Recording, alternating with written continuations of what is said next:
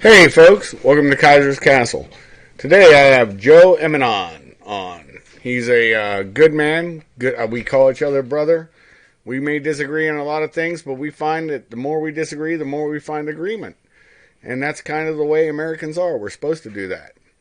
And today we're going to have a positive show, but we're going to start out with the problems with SSRIs and some other issues that Joe has personal experience and has a lot of knowledge on. And so I figured I'd bring it up from my perspective and from his. With that being said, I want you all to sit back on my big orange couch, open your coffee, tea, soda, or adult libation, and just enjoy the show. How have you been doing today there, Joe? Oh, I'm getting by. I had some pain this morning and hadn't slept at all, so I had to delay this a little bit, and I apologize for that. But I'm here and I'm with it now. Not slowed down or anything like that. Yep. How you doing? I'm doing outstanding, outstanding. Glad that you're with it now. I know that you're having issues, but that's not a problem. You have struggled with that for a long time, and you're constantly getting better. I hope, but you can Oh, be as open about it as you want, or as silent about it as you want, because I never put anybody's business on Front Street. well, it's debatable. I'm feeling worse physically and mentally also. Maybe it's age or maybe it's stress or the time of year. I don't know what it is. I don't know what it is, but um, I'd like to take this in the direction of the psychiatric industry. Awesome. The psychiatrists, psychologists, social workers, etc. Everybody that wants to get into your life to allegedly to try to help you, but really to please the drug companies. Oh yeah, there's Um, there's one saving grace I had when I was young, and folks who don't know, Joe Emenon and I, we're both Italian. And of course, I had two doctors, Dr. Zarelli and Dr. Santangelo. And, as a pediatrics doctors when I was a kid.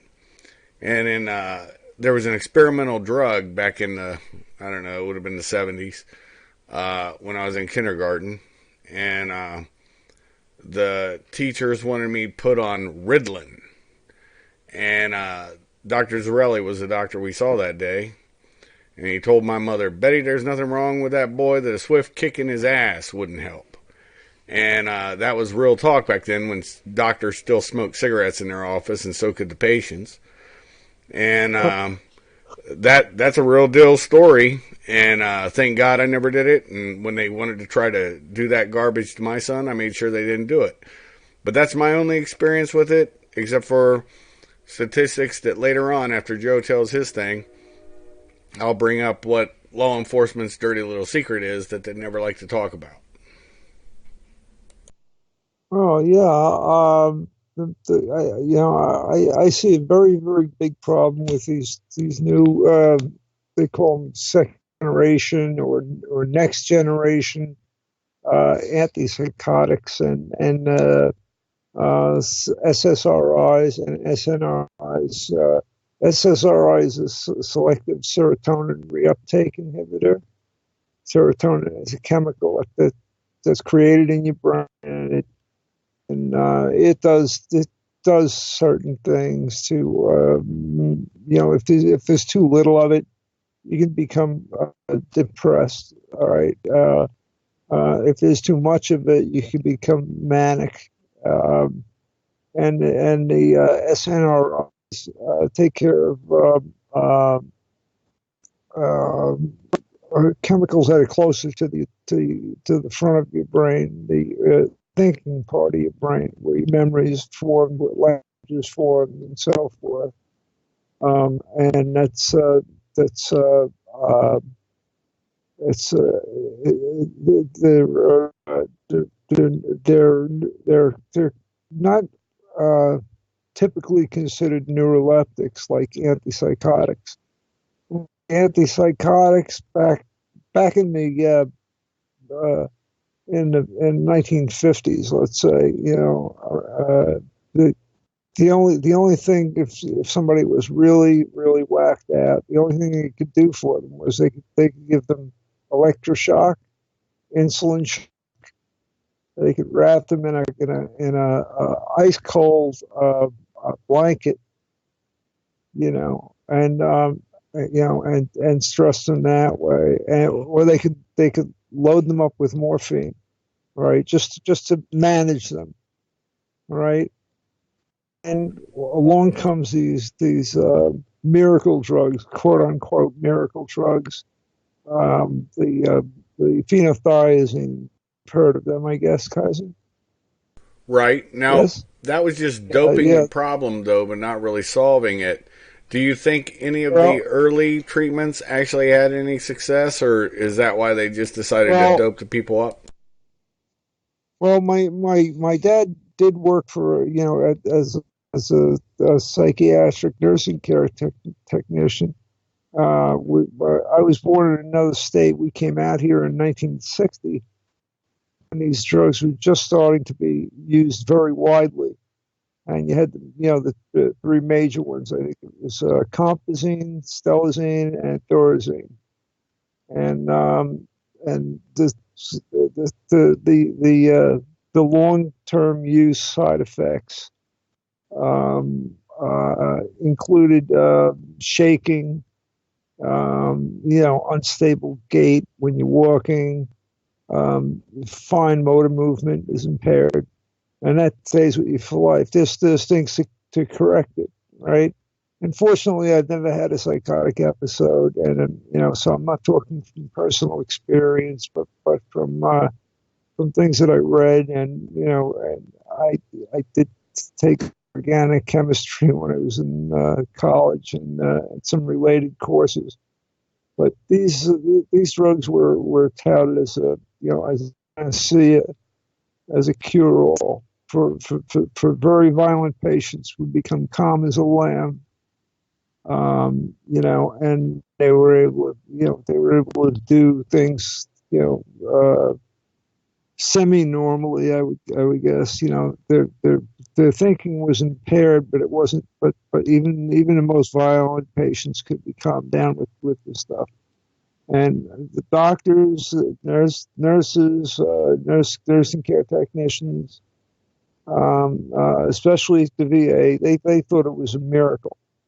All right, so they had these things. I guess in the late they started using them in the late 50s.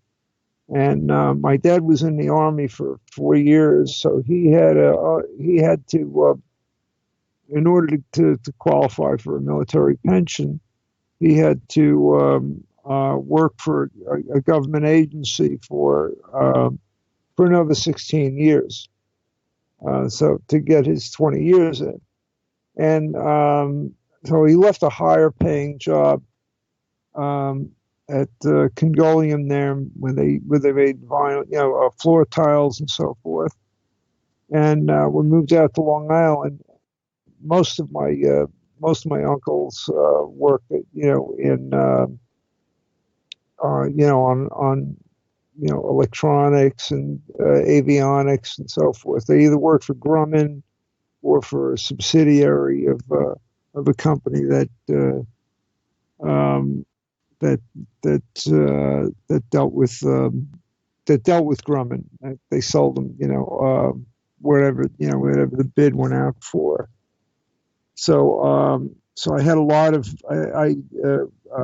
before the show we were talking about mentoring. I did have a lot of mentoring from my uncles, who knew that I understood a lot more than I was letting on, and there are some reasons for that.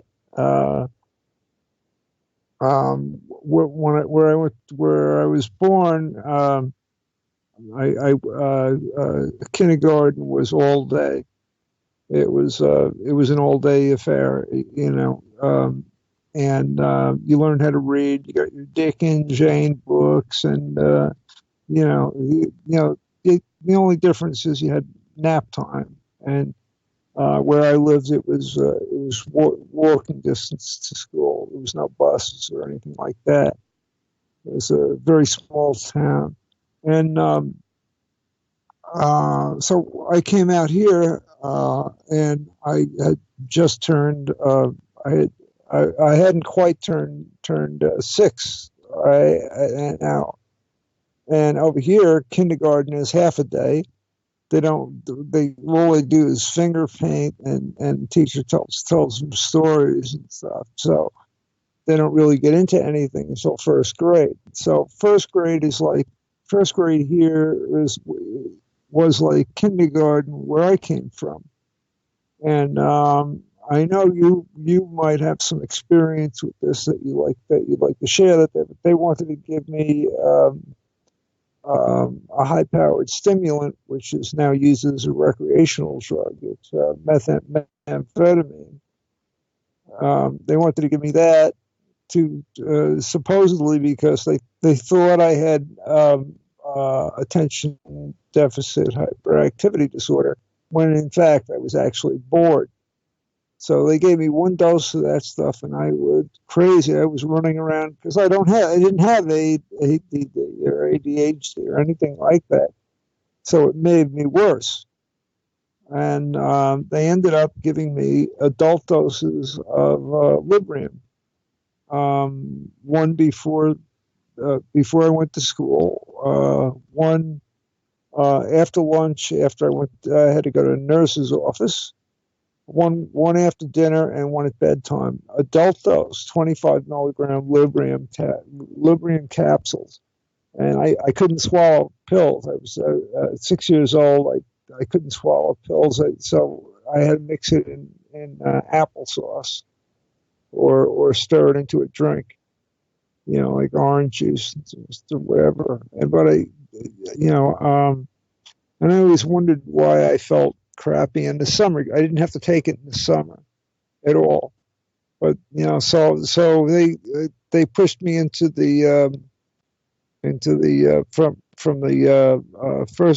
first grade. They pushed me directly into where they put slow second graders. Fast second graders and slow third graders. It's one class. It's second/third. And then you go into fourth grade. So I was a year ahead of everybody else, and I was still bored. But I did what I was supposed to do, and I took that stuff every day that I was in school, and I always felt tired, because it has a side effect. I think that's the earliest benzodiazepine. If anybody wants to correct me on that, that's fine. I think that's the earliest one, and I think it was around for a while, and they started using them, overusing them in the early 60s. 61, Valium came around, and then you had all the offshoots, Cerax, and later on you had Ativan and Xanax, all that sort of stuff. And people don't know that if you're using it for a long period of time, if you're using it for let's say somebody died and you take it for 3 or 4 weeks so you can remain calm, it's probably not that you're not going to have a really bad adverse reaction to it. But when you use it for years and years and years, okay, if you stop taking it suddenly, you could die. You could have a seizure. All right. You can lose teeth. You can break bones. All right. Your heart could stop. Things like that. But Librium was effective also to treat for alcoholism. They had what was called a Librium taper. They would mix it with a liquid. They'd give you a high dose of it and a little bit less every day, and it would take you off alcohol. And it was a chemical treatment for alcohol for alcoholics, people that had to drink every day. They just became accustomed to drinking. Some people do that. They become accustomed to drinking. They drink every day. Then they get into trouble, or they drive their car, or they have to quit for medical reasons. And Librium is still an effective treatment. That can get you off of alcohol with and still control the delirium, tremors, and so forth. But the main what I'm mainly concerned with right now is I had someone in my life for 36 years. It would have actually been 36 years last March. Okay, so it wasn't quite 36 years, and she was stressed out at work, and doctor was giving her a very, very low dose of I don't remember what it was, if it was Xanax or Ativan. I think it was Ativan, like 0.5 milligrams 3 times a day. And she had been on that for about 20 years. It helped her. It didn't really, it didn't cause any adverse effects. It didn't slow her down. It didn't really make her sleepy or anything. It just calmed her down a little bit. It goes to your limbic system, and it affects the fight or flight reflex, the lizard brain, the deepest part of your brain, where you just react. Right. Right. Okay. So instead, it's not really the thinking part, although some of the side effects when you first start taking it are drowsiness, and that's really about it. They all have drowsiness is like 50%. And some people take it just at night, to get a good night's sleep. Take low dose Valium or Xanax or Ativan or whatever at night, and and you'll get a good night's sleep. But if you continue taking it every night, you're going to need it every night. So the idea is, use it when you need it, and don't drink with it. And especially around this time of year, people are taking these medications. They shouldn't. Now there's been all sorts of news stories and all sorts of things come down, but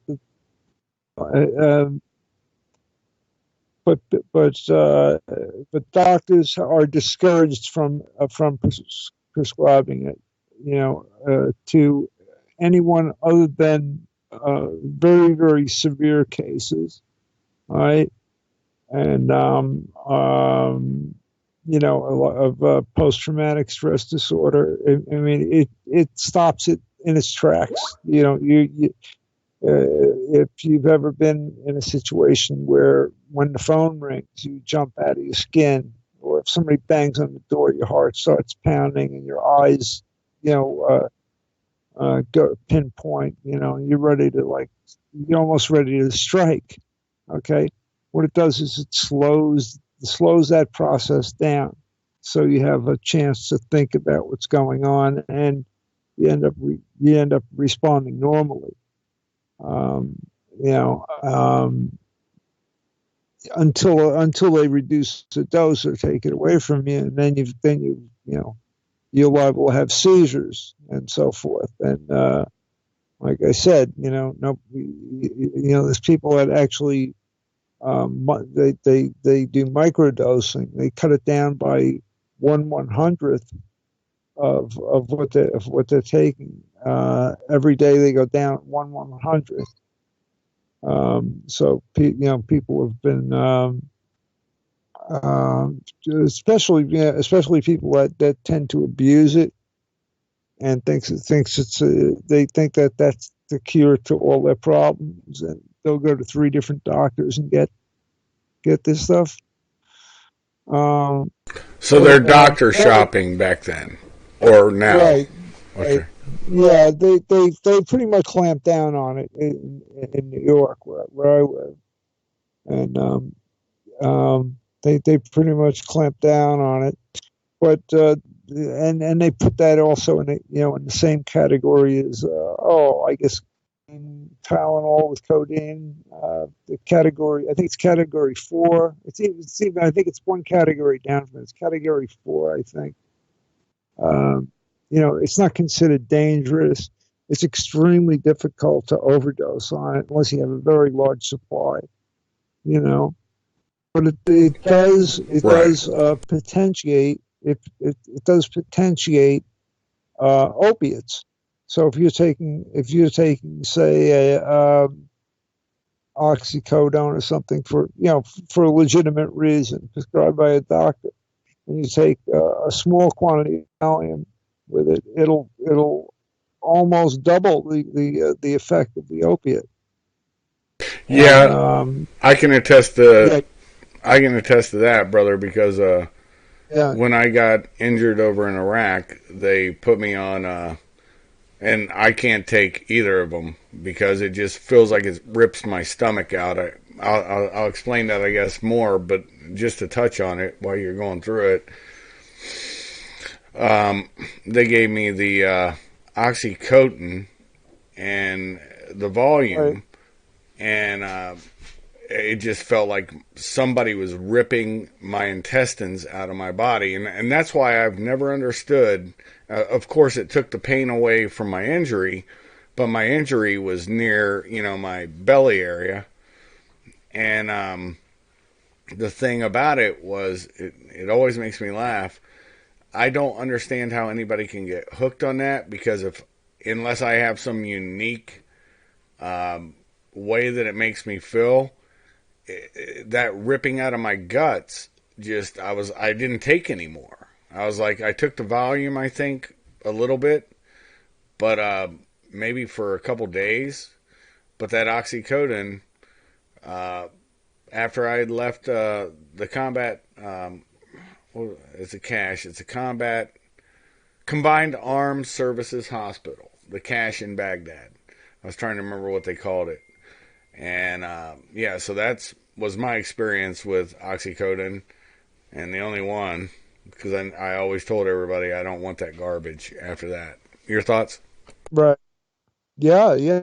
They used to, it used to be morphine across the board, and if that didn't work, you give something to boost it. It was always a benzodiazepine, either Valium or Ativan or Xanax. I'm on both. My back is completely destroyed. I'm gonna have, I'm not eligible for surgery. There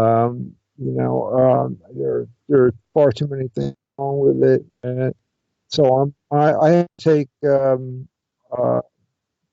take oxycodone every 4 hours, and diazepam, which is Valium. I take it only 4 times a day, but when my son was murdered when he was 19, and that was 20 years ago actually, and for the 2 years following his his death, I really don't remember much of what happened, and I was taking 60 to 80 milligrams a day, and that was by prescription. It's a special dispensation. The maximum you're supposed to take of Valium or diazepam is, I believe, 40 milligrams a day, and that's in extreme cases. So doctors, they took my girlfriend took me to the doctor, and he just upped the dose, because I was already on it, because I had had a very, very acrimonious divorce, and I had to maintain composure. I had to be calm in order to think, and plus with my history of going from first grade through I believe it was 10th or 11th grade, being on an adult dose of Librium, um, and having a bad divorce, having the kids taken away from me, that sort of thing. I had to take I had to be on it pretty much constantly. Most of my life I've been on that, and I was able to function. So for me it was beneficial. For me it was beneficial. But the more insidious drugs that are out there now, they're not subject to abuse. People will not take these willingly. Okay, are the newer antipsychotics. Now, I'm not talking about the compazine, thorazine. I'm talking about stuff like Haldol, risperidol.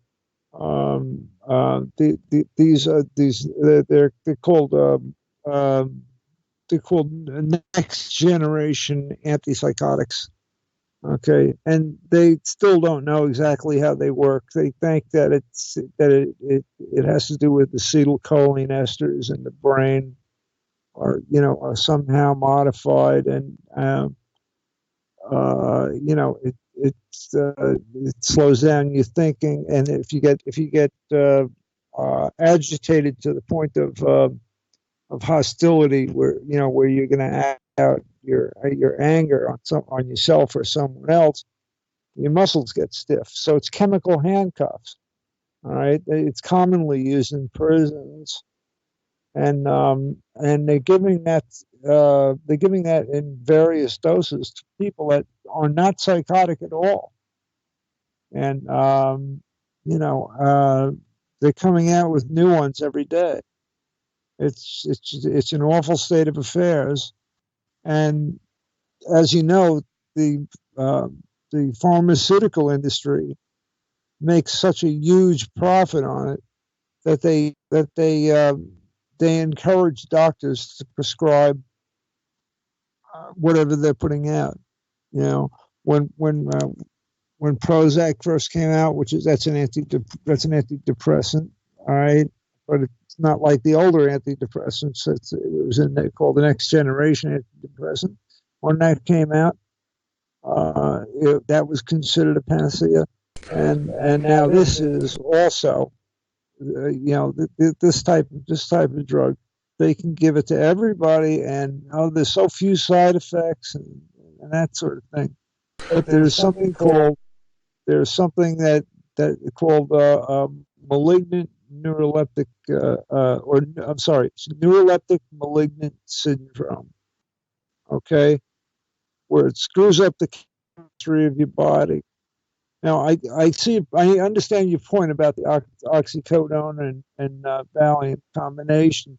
They're probably giving it to you for pain control and to enhance the pain control, so they didn't have to give you as much oxycodone, and you would be relaxed as well. Okay, it also acts as a muscle relaxer. All right.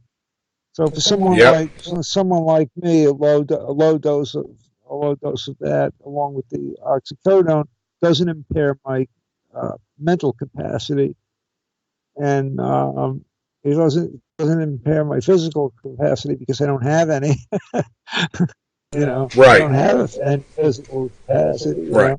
It just makes life a little bit more tolerable, and it knocks off the rough edges of the pain. Yeah. Whereas younger people take that. Younger people take that stuff, and they want more right away. It's instantly addicting, right? And doctors have been getting, they give somebody a 30-day prescription for a broken finger or a broken toe or something like that, and they only need it for 3 to 5 days. So they get hooked on it, and they end up selling heroin or fentanyl or something like that. Stuff that's used for end stage disease. And they just trap themselves in this. There's no getting around it. You're gonna get addicted if if you use something, you use something once and it makes you feel great and it doesn't cost a whole lot, you're going to want that unless you have a good social support structure. More bang for the buck, right? Right. So it's mostly in the under 30 crowd. I guess what millennials, what you call them, or Generation Y. I don't remember. It's Gen Z now. So Gen Z. The big joke is they call it Generation Zyklone. Whatever.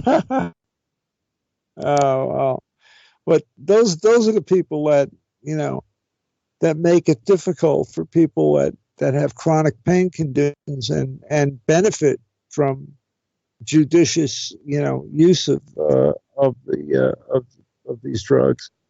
They don't give it to other people. They don't sell it. They take it on time. Like I'm very fastidious. Always take it exactly, 4 hours to the minute. For the oxy, and it's a relatively low dose. It's 10 milligrams, so it's like the equivalent of 2 Percocets. That's actually the active ingredient in Percocet. And diazepam 5 milligram every 6 hours. But I'm not. What I do is I take 4 pills out of a jar. I put them on my sister, and I take them during the day when I need them. And if I don't need one, I just put it back in the bottle. So I'm a little more, because I can't remember if I took it or not unless I have the map or I set a timer or something. They don't really affect me other than to slow down my fight or flight reflex.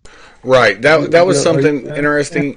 That was something interesting brought up. I was going to touch lightly on that. The interesting thing with me, just from my time taking martial arts back in the day, and I'm going to have a brother of mine who's an instructor also on with it.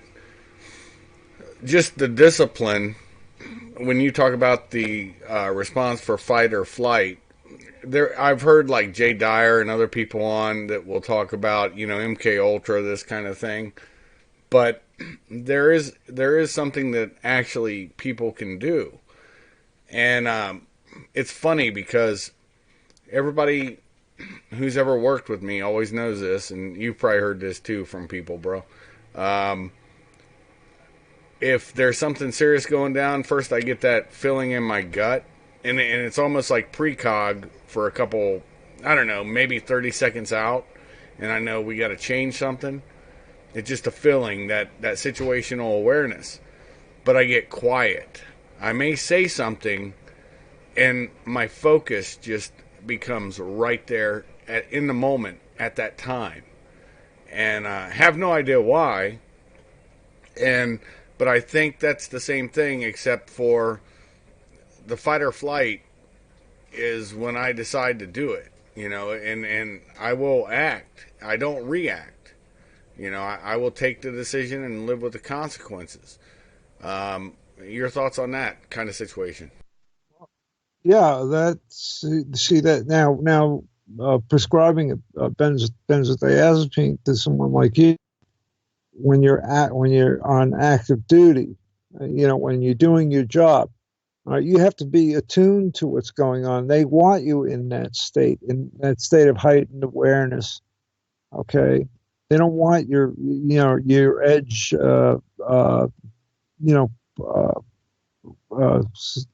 filed down or sanded down. They want you to be on edge because something could happen very, very quickly, and if you're not ready to respond to it, if you're not the first person out with lethal force, you're making yourself a target. So I understand that, The thing is, you have to be able to control that when you're not in that situation, and that's why sometimes Right. uh, people are prescribed things like Valium or Xanax or Ativan, because they're so used to being in a flight situation. Okay, that they'll start getting the spine tingling feeling, clenching fists or muscles tightening up just from having a phone ring. You know, Oh so yeah, that was something that yeah. it's amazing you brought that up because it is real.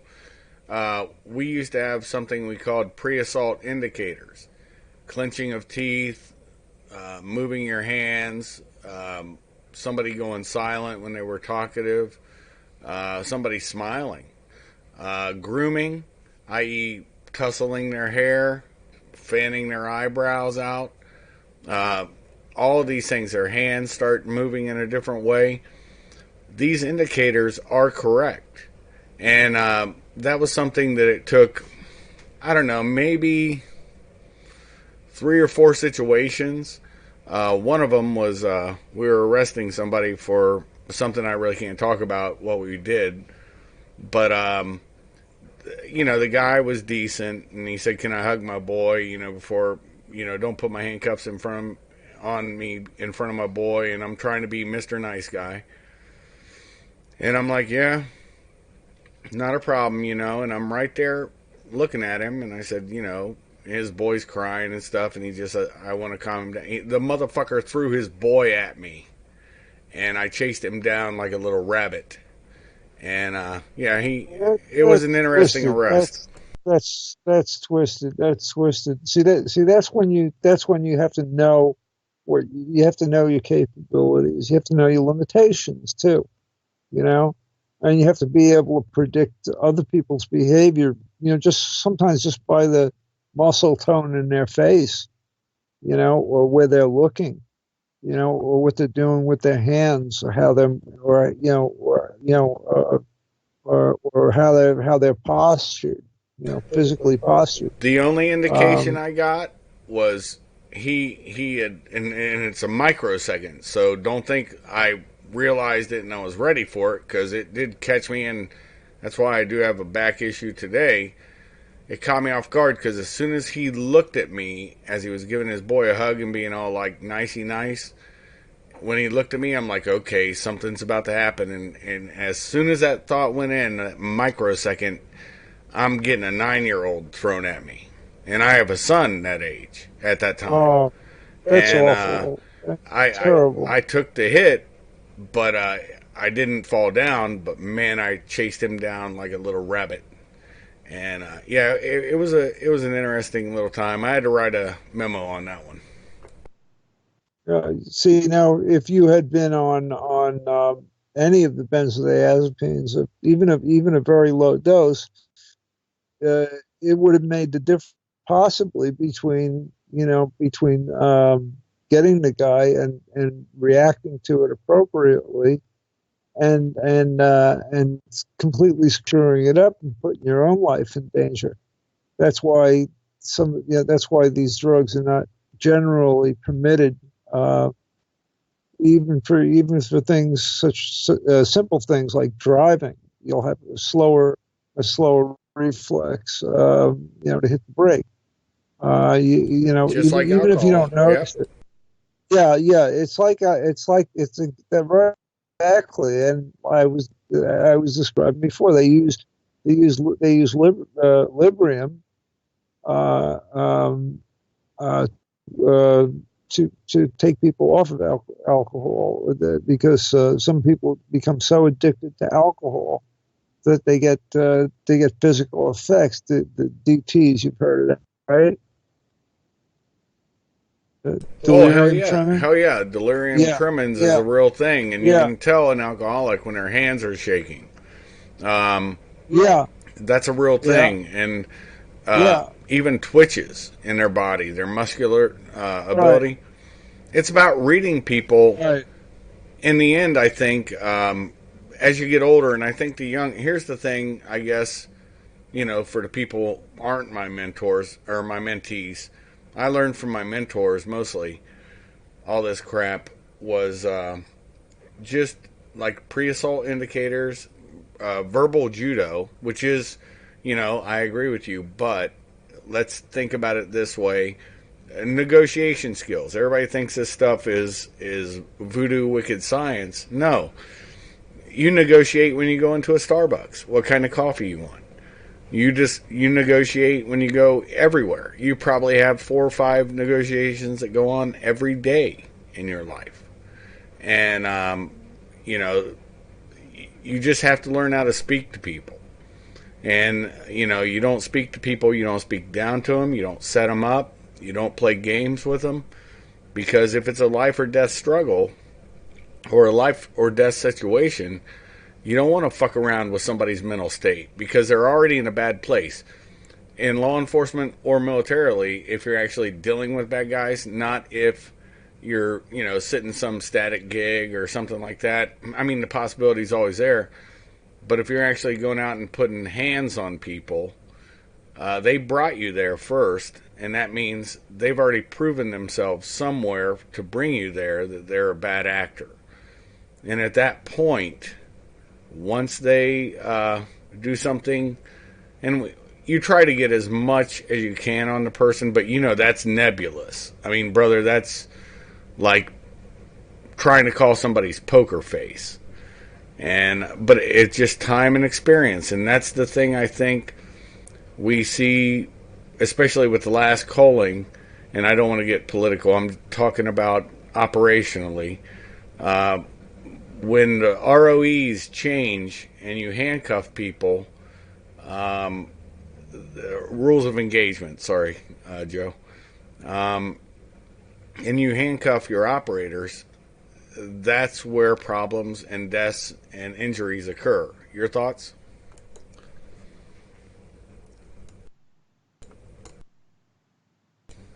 You there, Joe? Did you drop? Joe's on a satellite uplink, so he may have dropped. If he didn't, I'll give him some time to reconnect or something. Are you there, Joe?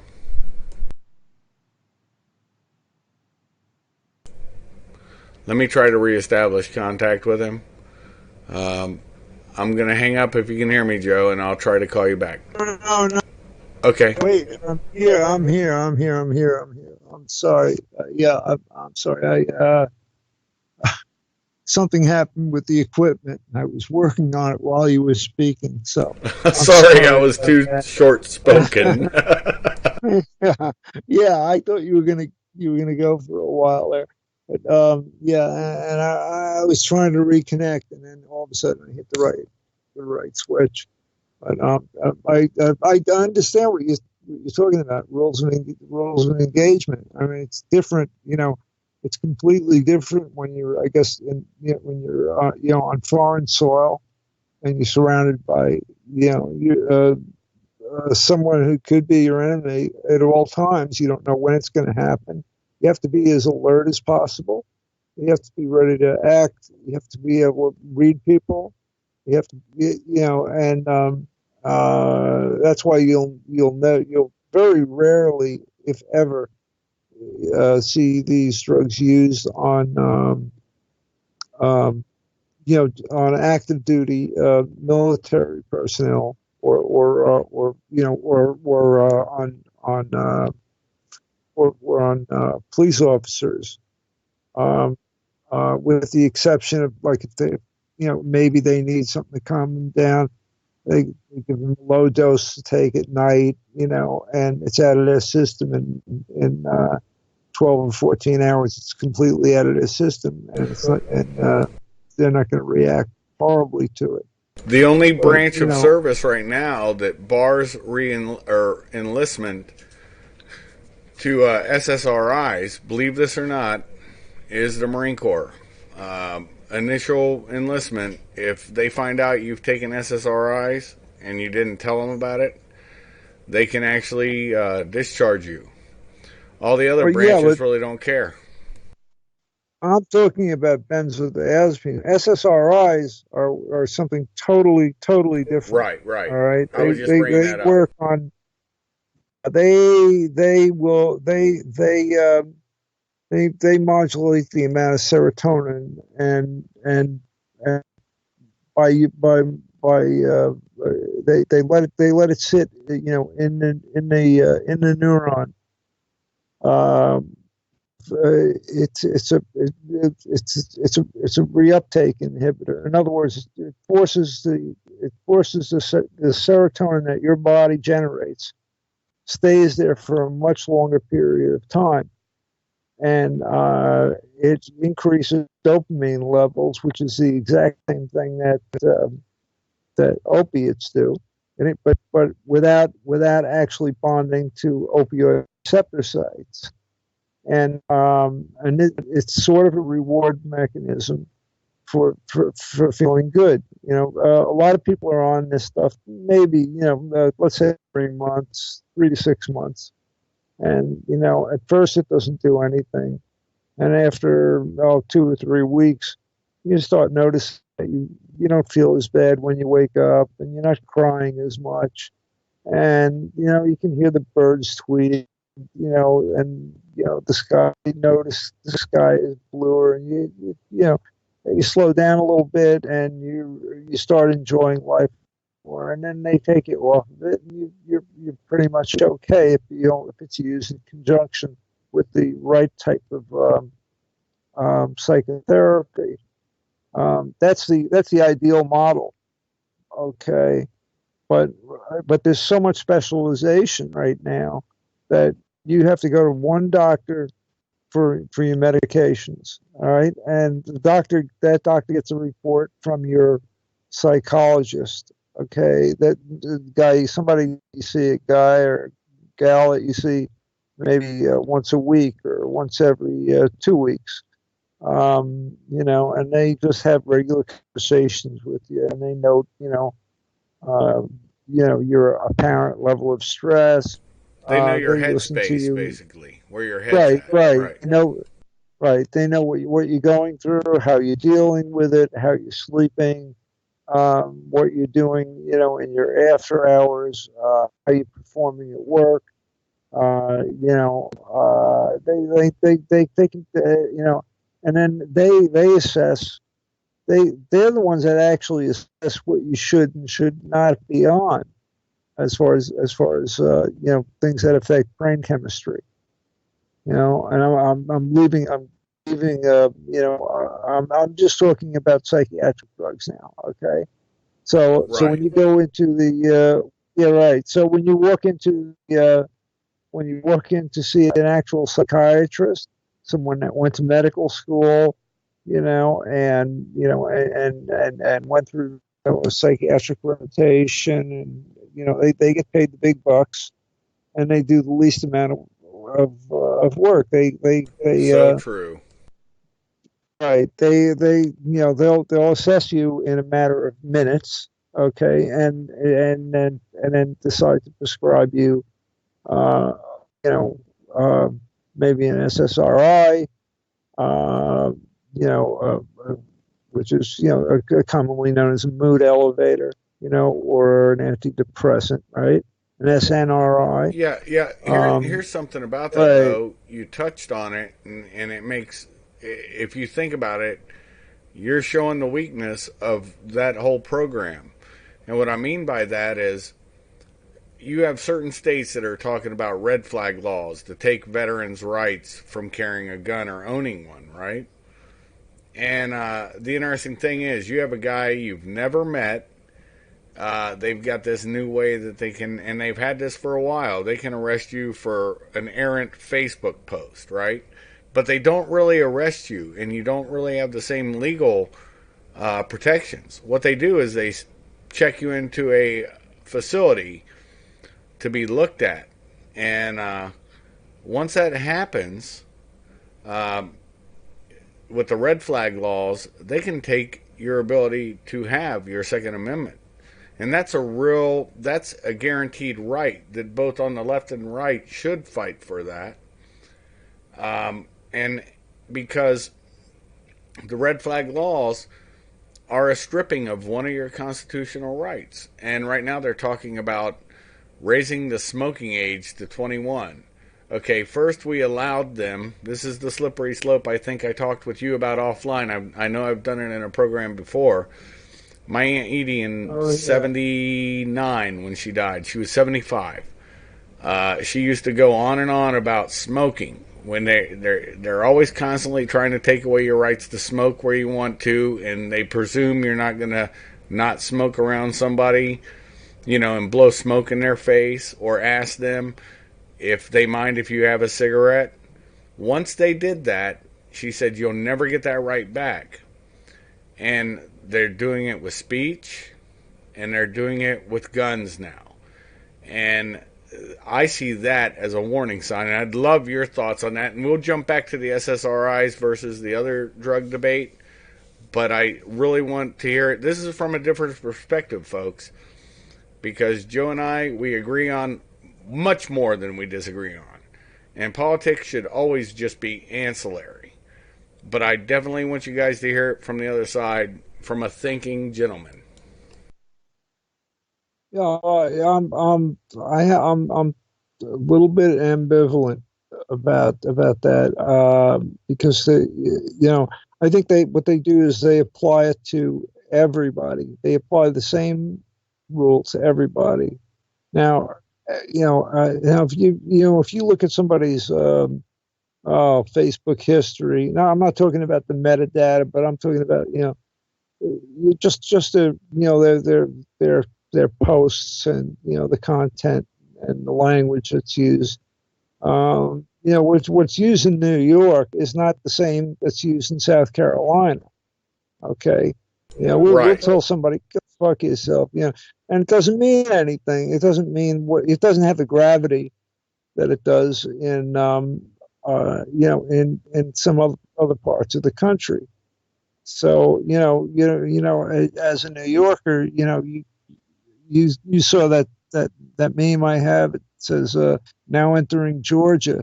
If you can read this, we gonna get you." Right, I saw that meme. That was a funny one. Yeah. But the thing of it is, there are extreme instances where unfettered speech, okay, unfettered speech can incite violence. Now I'm not saying it does it all. It happens all the time, or or if somebody holds an opinion that opinion is dangerous. But I mean, you have to look at history. You have to look at the totality of the circumstances and actually have somebody go out there with boots on the ground to talk to the person and make a rational judgment. And that's from both the left and the right. This is the reason why it's not a left or right thing, because all it takes is somebody with one view that opposes yours or one view that opposes mine, just like the cigarette thing. Raising the cigarette age to 21 is absolutely retarded. Just like if somebody's serving in the military, why can't they have a beer? That's a retarded situation. I think that had a lot to do with the mad mothers of the country, the mad mothers. The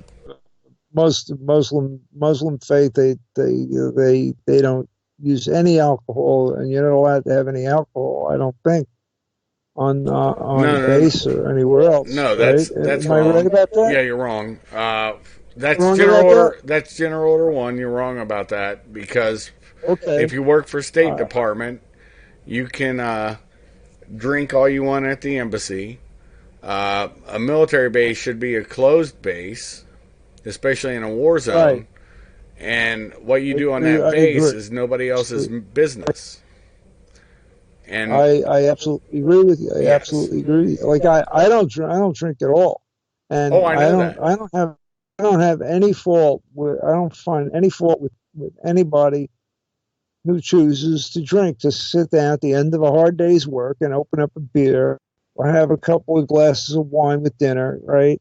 It's just when when the drinking becomes a problem for That's them the and their issue. Yeah. family. That is the major issue. And it's the same thing with cigarettes. Some people can smoke 2 or 3 cigarettes a day, and it's not going to harm. In fact, it may even be healthy. All right, 2 or 3 cigarettes a day may even be healthy for you. All right, because it slows down your digestion a little bit, and it can act, depending on how you smoke it. It can act as a stimulant, mild stimulant, or a mild, not a depressant, but more of a calmative. Uh, Tobacco is a very unique plant. You know, it's a very unique chemical, nicotine. It's extremely toxic in high doses, but you can't get those kinds of doses. Nobody would use them. It's extremely addicting. I think it's the most addicting drug on the planet. I think you're right. Yeah. And I smoke. Yeah, yeah. I mean, it took me. I stopped smoking. I started smoking when I was 19 at my girlfriend's funeral. Somebody had a cigarette lit, and this was back in the 70s, so you could light up anywhere. People had ashtrays in buildings, on the walls, and uh, you know, uh, uh, so it was not a big deal to light up and have a cigarette. Um, um, and they just lowered the voting age, and when I graduated high school, they had just lowered the voting age from 21 to 18, and everybody was making noise about, well, if we can vote, we should be able to drink. So they lowered the drinking age, and they extended the number of hours that bars were open. They could be open till 4 a.m. They didn't have to close the doors till 4 a.m. and they could open anytime they wanted. Really, I think anytime afternoon, and it got out of hand because people 19 to 20, 23, I would say, just they couldn't handle the excessive freedom. Let me put it that way. They didn't know how to handle it. They became a real problem for other drivers on the road. They would drive, they would drink, they would drive. Right? They would get into accidents. The number of people killed in accidents was like double. Yeah, but And it was just for a few years. I see a Okay. bigger problem with it as in binge drinking. Here's what I mean. You go to Europe, and I'll tell you the Ohio laws, and you'll see the difference between how states experiment with it differently, okay?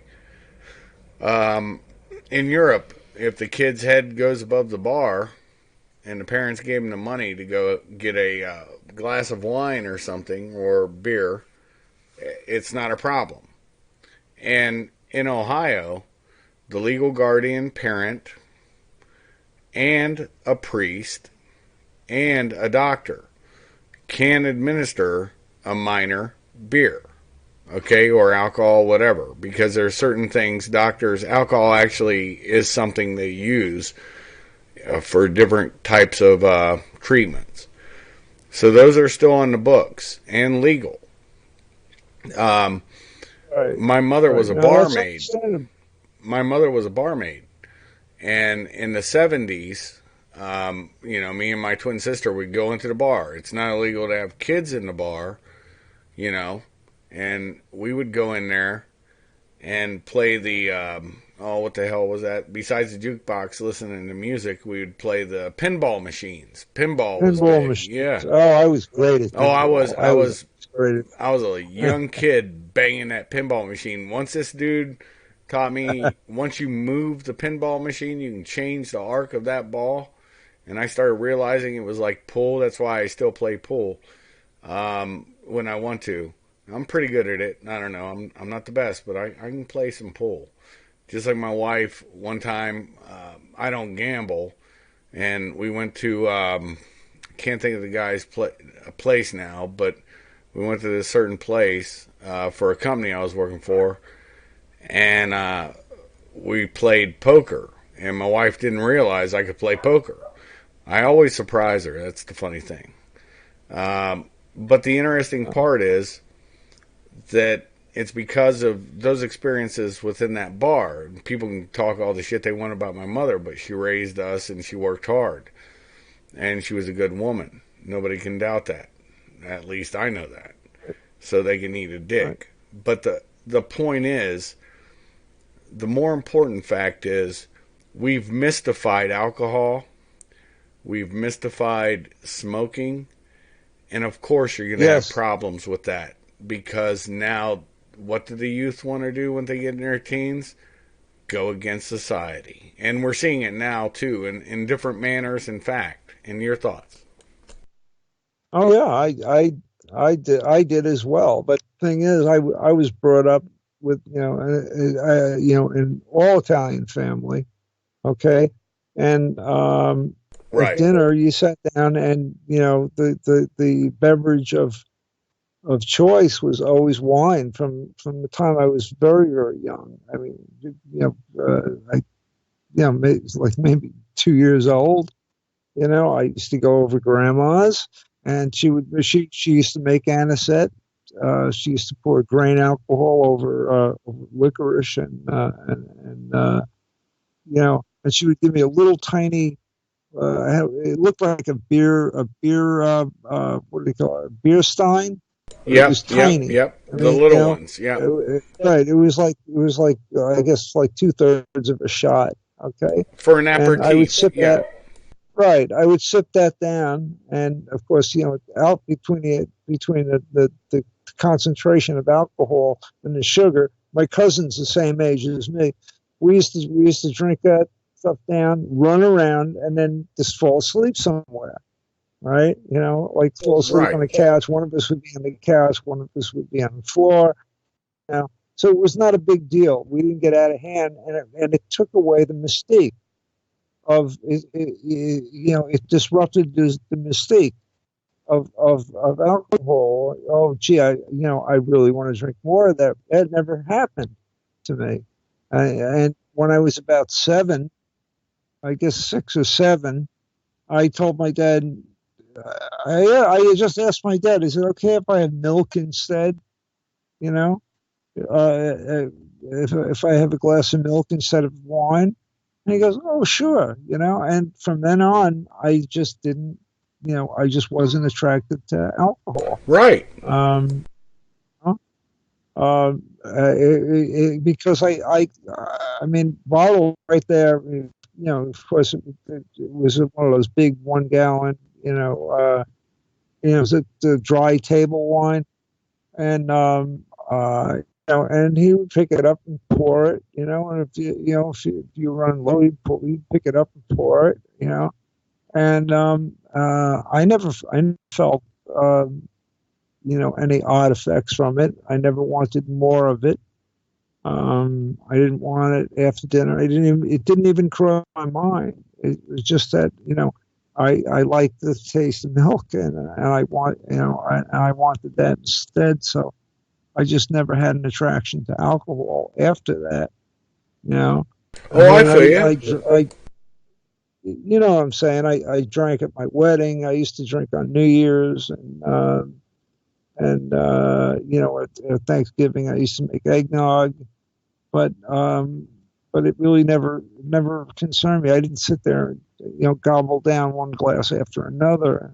I would have some, and as soon as I started to feel it, I would just take a nap. I was a very good, I was very good as far as alcohol is concerned. Well, that's a funny story that you brought that up, because everybody who knows me knows I smoked marijuana one time at a party. From a certain girl was having a birthday party, and I was in the 8th grade, and I met all the brothers I still have from high school to this day: black, white, Indian, and all these different people. They were all at this party at that time. Chongsup Song, he's Korean. So we all meet there, They were all in high school, getting ready to graduate. We had become friends for reasons and stuff. But the interesting part that was funny to me, a lot of it was baseball connected too. I was playing baseball at that time. And I tried marijuana, put me to sleep on the couch, missed the entire party. Thank God there was no internet or people had been drawing dicks all over me, and posting those pictures of Facebook or YouTube. But, nobody did no stupid shit like that. I woke up and the whole party's over. I see her dad and he's like upset. And I'm like, what's going on? He goes, the kid's got into my liquor cabinet. He was so pissed about it and he smelled my breath. He goes, you didn't drink no beer. I can smell it on your breath. I said, no. Normally, I would have had a beer or two, right? But I didn't because I wanted to try that marijuana. At that time, you could get a 6-pack of Schaefer's beer for $2. And a marijuana cigarette cost $2. And I bought one at school. I felt so, I don't know how to put it, like I'm scheming, I'm doing some crime, right? Yeah. And the funniest thing was, after I tried it, my stepdad Jack, I used his name as a cover several places too. It's a funny story, just because I'll respond to that. If I hear that name, it's odd when I'm overseas. So, but the funniest part is, how do I put this? I was like, it put me to sleep. I spent $2, missed an entire party when I could have bought a 6-pack of Schaefer's for $2 and enjoyed myself all night and probably not even drank all the beers. And that was a delineation. Jack used to say, oh, that marijuana horse shit. And I told that to my son. My son's never tried marijuana. And, he's in the Marine Corps. But it was funny every time I'd go I had 3 clearances in my life. Well, DOD consistently. But I had a Homeland clearance and a DOJ clearance. And all 3 of them, when I'm on polygraph, all the polygraph examiners, you've only smoked marijuana once at 14? I'm like, yeah, put me to sleep. What the fuck sense does that make? I could pay and I'd tell the story and they'd be like, and then they would always focus on that question. And they'd be like, damn, you an honest motherfucker. Hell yeah. I'm not going to lie about that. That's stupid to lie about. Yeah. I remember one of the forms. I think it's a DD 60 or 66. I can't remember now. When they have it, yeah, you have to get a. I don't know if you've ever had one of these where you have to for high levels of security, you have to fill out this form, and they also do an FBI background check on you to make sure that you've never been arrested, that you've never been involved with anything nefarious, or illegal, like with drugs or anything. And they had a big list of drugs on there, right? And they wanted to know which ones I've taken. So I looked at the general manager of the place that, he had to witness me filling the thing out.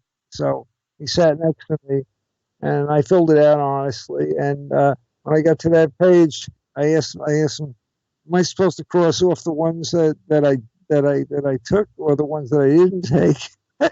And he thought it was really funny. He thought it was really funny. But I had no heavy duty background with any kind of drugs that like drugs that you can get addicted to, where somebody could say, well, you're using this, and if you get captured or caught, for some reason they take it away from you, you'll spill your guts, and then when you're spilling your guts, they'll give it to you, right? And I never had anything like that. Well, The only, I told them what was prescribed to me, and why, and I didn't have a problem. I mean, it went right through. But they checked with my pharmacy. They checked with my doctor. They had to be certain that I wasn't, first of all, wasn't addicted to it, and second of all, that I was taking it for a legitimate reason and only for a short period of time. So I didn't have a problem getting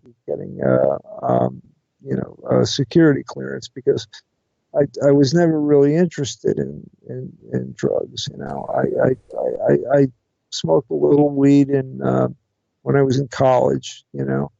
But and I was honest about it. I told them, that's the I don't key. Be honest. particularly like it. Yeah, I said I smoked it. I smoked it about 4 times, and I didn't get high. And it wasn't until like the fifth time and I didn't like the way I felt because I wasn't thinking clearly. You know, Well, I smoked it it. enhanced.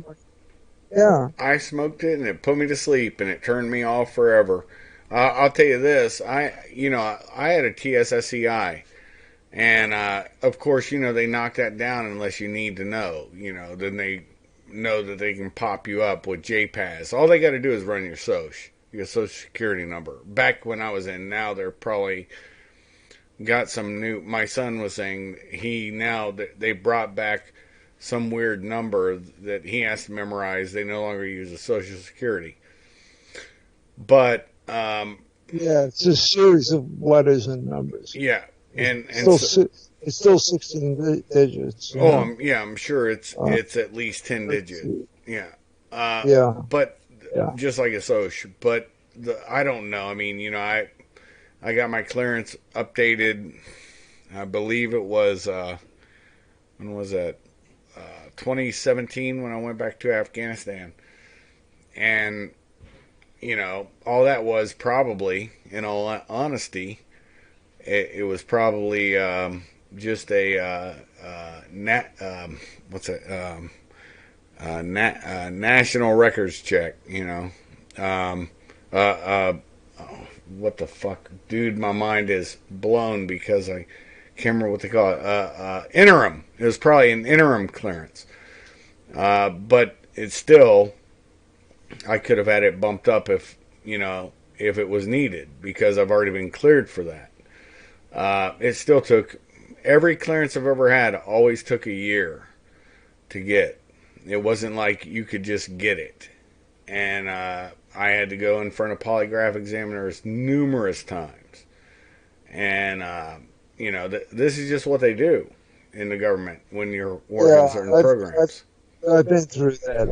I've been through that. The polygraph, they put the thing around you to check your breathing rate, and they put things on your fingers and on your head and on your leg. It's ridiculous, And they talk to all your neighbors. They talk to friends. They talk to the people that don't like you.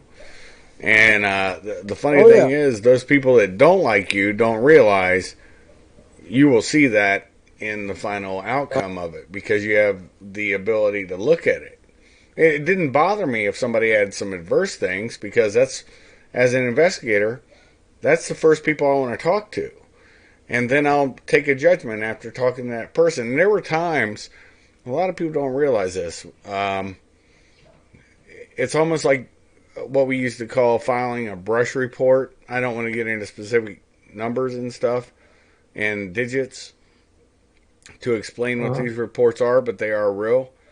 Where you just incidentally meet somebody at a bus stop, or you'd meet them somewhere at a mall or something. And it's all about developing assets and developing the way to brush somebody. And you just start up a conversation with them and see how they are. It could be incidental. Right. And they just think you're a nice guy they met. And that's it. And then the report goes up and it gets filed in. That kind of stuff you're not going to see, but you'll see what your neighbor said. You'll see adverse things. You just won't see what the persons that were assigned to you said normally, unless it's a problem and it goes to court and it gets pulled in as record. So Right. it's kind of interesting. Yeah, mine went through in let's see, I was oh, was I 22, I guess. I worked on stuff that was very, very classified before that anyway, and I kept my mouth shut about it. So they already knew that I was into the stuff, and the place that I was working at, we did technical manuals for for all sorts of stuff. I can't even talk about now. And this is like 1979, I guess. Yeah, around 1979. Right after my daughter was born. That's right. So, but they, when they see, oh, you're married, you've always had a steady job, you've never been arrested, they kind of go by that first, and then they give you some stuff to do, and then, after like 3 months, they start giving you the real serious stuff to work on. And it's basically just solving puzzles. How does this work? And Right. how am I going to describe it to somebody who's got maybe a sixth or seventh grade reading? Well, reading, it's not really sixth or seventh grade like grade school, or junior high. It's called the Fletch reading ease formula. You use Basic language, right? Three. Yeah, right. You can't use more than 3 polysyllabic words in one sentence. Sentences can't be, overrun or have too many semicolons or commas, and so they count that stuff up. So I had to learn how to basically dumb it down for people that were already trained in electronics, and troubleshooting, and had basic knowledge of how to work an oscilloscope, digital voltometer, DVOM, right? And had a basic understanding of electronics. And if it was digital, what logic high was, what logic low was, and what each signal represented. Something So like it was something like a ham might have in the upper classes, correct? right, yeah. It's something like that, right? But we just had to churn out handwritten pages, and on these big big yellow pads had to be double spaced. Yep. Each one has it starts as chapter 3 and then 3.1 and 3.1.1 and 3.1.1. And what's uppercase, what's lowercase, what's underlined, that sort of thing.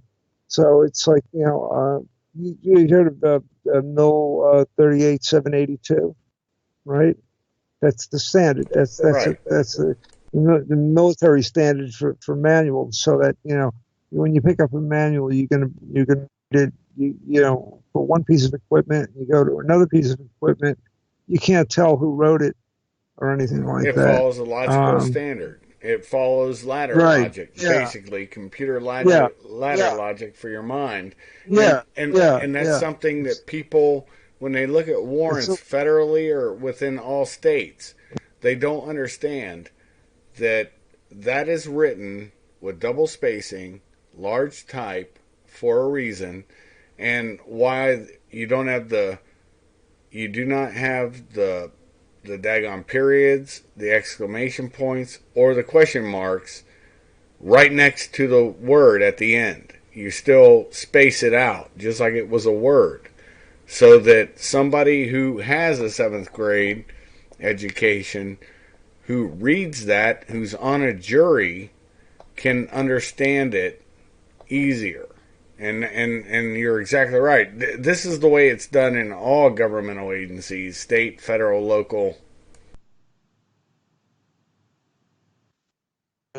exactly, exactly. And law enforcement has to have the same the same standards. They're very specific when they write something out. Intel too. Yeah, yeah. So, I saw, I was not, I only had to deal with stuff, inside the building, 7.5 hours a day. And that was that was that was my whole thing. I didn't have to go, occasionally, uh, uh, I'd have to go out, on site and teach people. And I ended up doing that later in life, for other things, things other than anti-submarine warfare, and uh, you know, things like that. But anyway, getting off the track a little bit I on know this, we but are. Sorry about that, I man. wanted to get. I hijacked That's it. all right. That's all right. I we can put things into context. Right? Now, let's say you're in a battle condition. Okay, that makes more sense to describe it to you like that. All right, and you completely snap, and you think that the guy next to you is going to kill you, or you start hearing things that aren't being said, or misinterpreting things that aren't being said, or you start actually seeing things that aren't there. All right, then that's when you cross over from neurosis to psychosis. Okay, Yep. when you think people are out to get you, or for no good reason. I mean, just because you're paranoid doesn't mean people aren't out to get you. But some people are paranoid, and there's nobody out to get them. Nobody's giving them a Exactly. second thought. And now, those are the people that are treated. Those are the people that are supposed to be treated with these antipsychotic drugs. All right, hallucinations go away. They feel better. So there is a trade-off. All right, and they're easier to handle, and that's a big thing. They're easier to handle, um, and especially in prisons, they like to use the first generation of antipsychotics. If people get riled up, their muscles tense up, and they hurt to the point where they hurt, and so it's basically chemical handcuffs. Now you take somebody like Yep. my girlfriend, right? She's very easygoing, easy to get along with, a lot of fun. Okay, just a regular, ordinary person. Somebody that is very loving, caring. Okay, and she came home from work on let's see, I think it was the it was right around Christmas time. She came home from work, and she was really upset because they told her that she had a bit that they were actually giving her a promotion, and they urged her to buy better clothes, even though she's not interacting with anybody on the outside the building, or any customers or anything like Right. that. And she was upset about it. She wanted to keep doing what she was doing, even if it meant less money. Because and she didn't really have to work because I paid for everything here. She didn't have to work. I told her, just save your money. Buy stuff for your brother, sister, and nieces, and all that stuff. I don't want anything from you. I don't need anything from you. You don't have to. If you take vacation, if you want to quit, that's fine. So she came home on a Thursday, and she was really riled up about it. So um, uh, she wouldn't. I told her to take the next day off because she didn't sleep. Right, she didn't sleep Thursday night. Friday she was supposed to go in. Yep. She didn't go in, and that Sunday she took my car right? Uh, I mean, she drove it mostly. It was, but I actually bought it for her. All right. She took my car. She drove it into a lake right nearby here. Okay.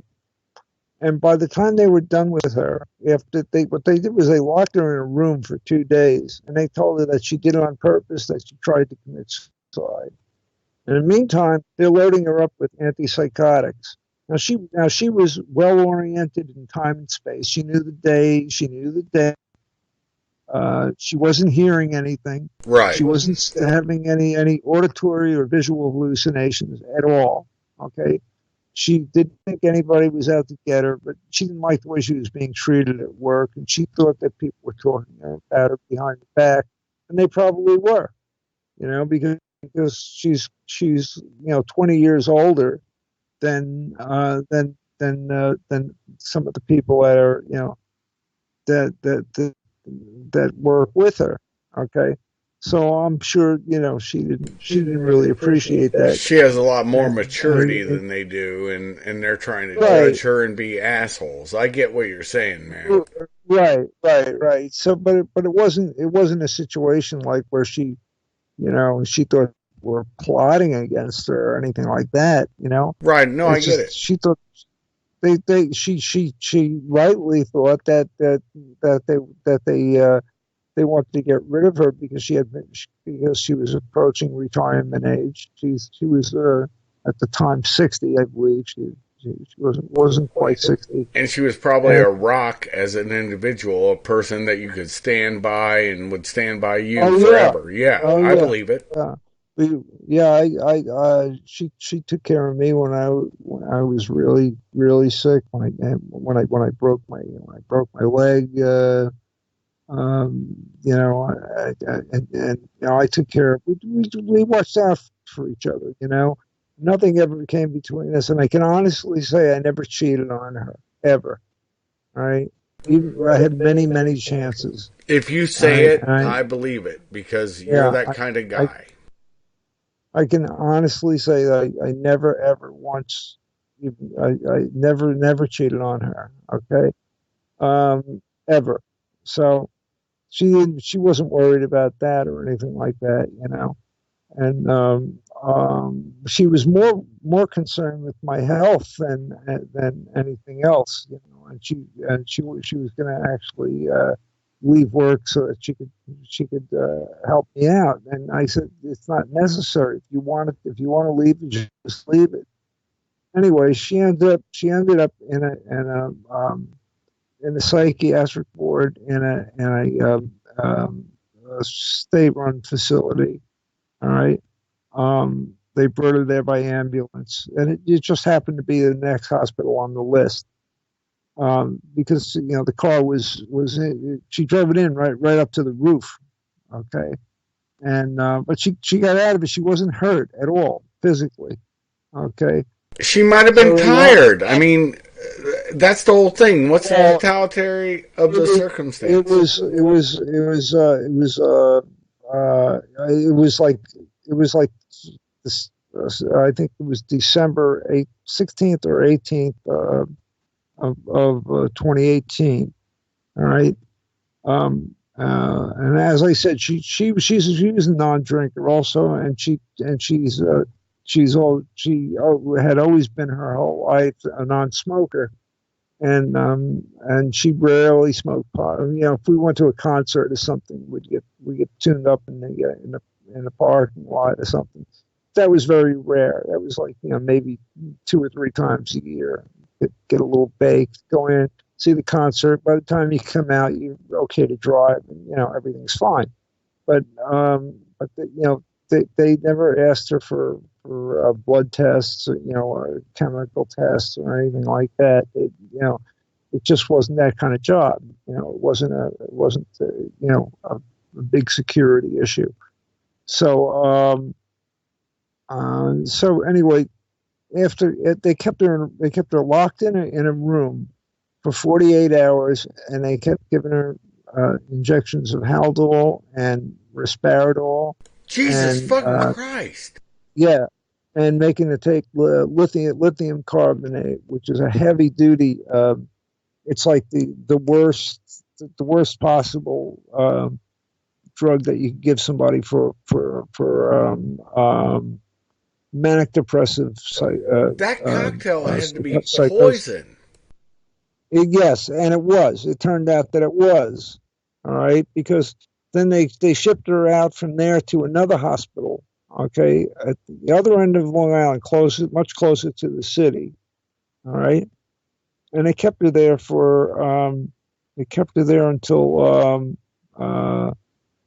I think it was the beginning of February. About the beginning of February. And they kept loading her up with I told them what she was taking. I told her she's taking one was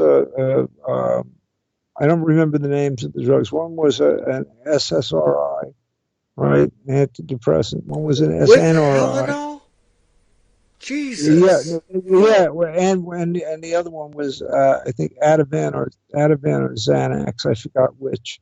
Very low dose. She took 3 times a day.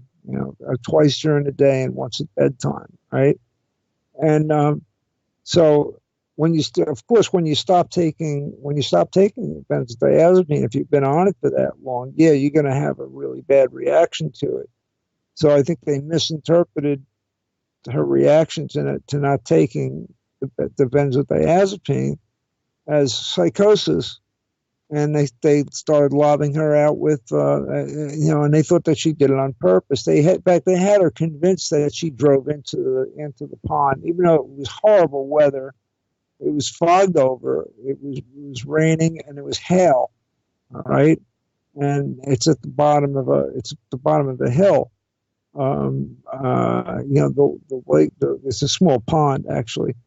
So she drove the car into. Of course, the car was ruined, but I couldn't even find out where the car was, no less where she was, for almost a week. Nobody called me because we had different last names. I mean, but we'd been together for 36 years, for Christ's sake. Right. Basically, you're legally married.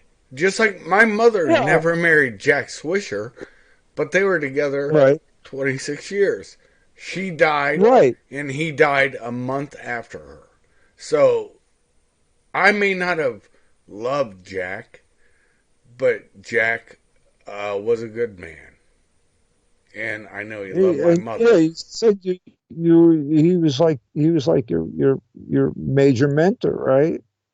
No, not really, but it's a complicated thing. He just had his ways, and he always thought certain ways. Like he was convinced me and my twin sister were on dope when we, like I said, I tried it one time and I believed, but we did have a good time when I called him from basic training in the Army at 17, and my mother picked up thinking it was for her, and I was like, let me talk to Jack, and I said, hey, he goes, what do you want, boy? As he always would do. And I said, I just want to tell you, we may not like each other, but I respect you now. And that's where it was the rest of his life and my life too. Well, that's cool. That's cool. You finally worked something out. That's good. But anyway, getting back to this, they kept her in there, I guess, until the insurance stopped paying, and then they gave me when I went there to sign her out, I said, listen, you I don't want to hear it. She's in here. She's not. You don't have any kind of court order. You're not going to go for a 2-hour or a 96-hour hold. Okay, there's nothing wrong with her, and you know it. Okay, and you've been feeding her neuroleptics. All right, and she's supposed to be on Ativan and these very, very low doses of one SNRI and one SSRI. And I started doing some reading about those. And they have they don't call it withdrawal. They call it something like drug cessation, drug cessation um, syndrome or something like that. And I didn't know this, but it can take up to 18 months to get somebody off of just the two that she was taking that Yeah. she was being prescribed by her psychiatrist. Absolute poison. Right? Okay. So and she only took them. She took them at night, right? So they both had side effect of making you sleepy, and then she also took the low dose. I think it's like 0.5 milligram of Ativan. I think it was at night, but they weren't giving her the Ativan, so she had a rebound effect from the Ativan.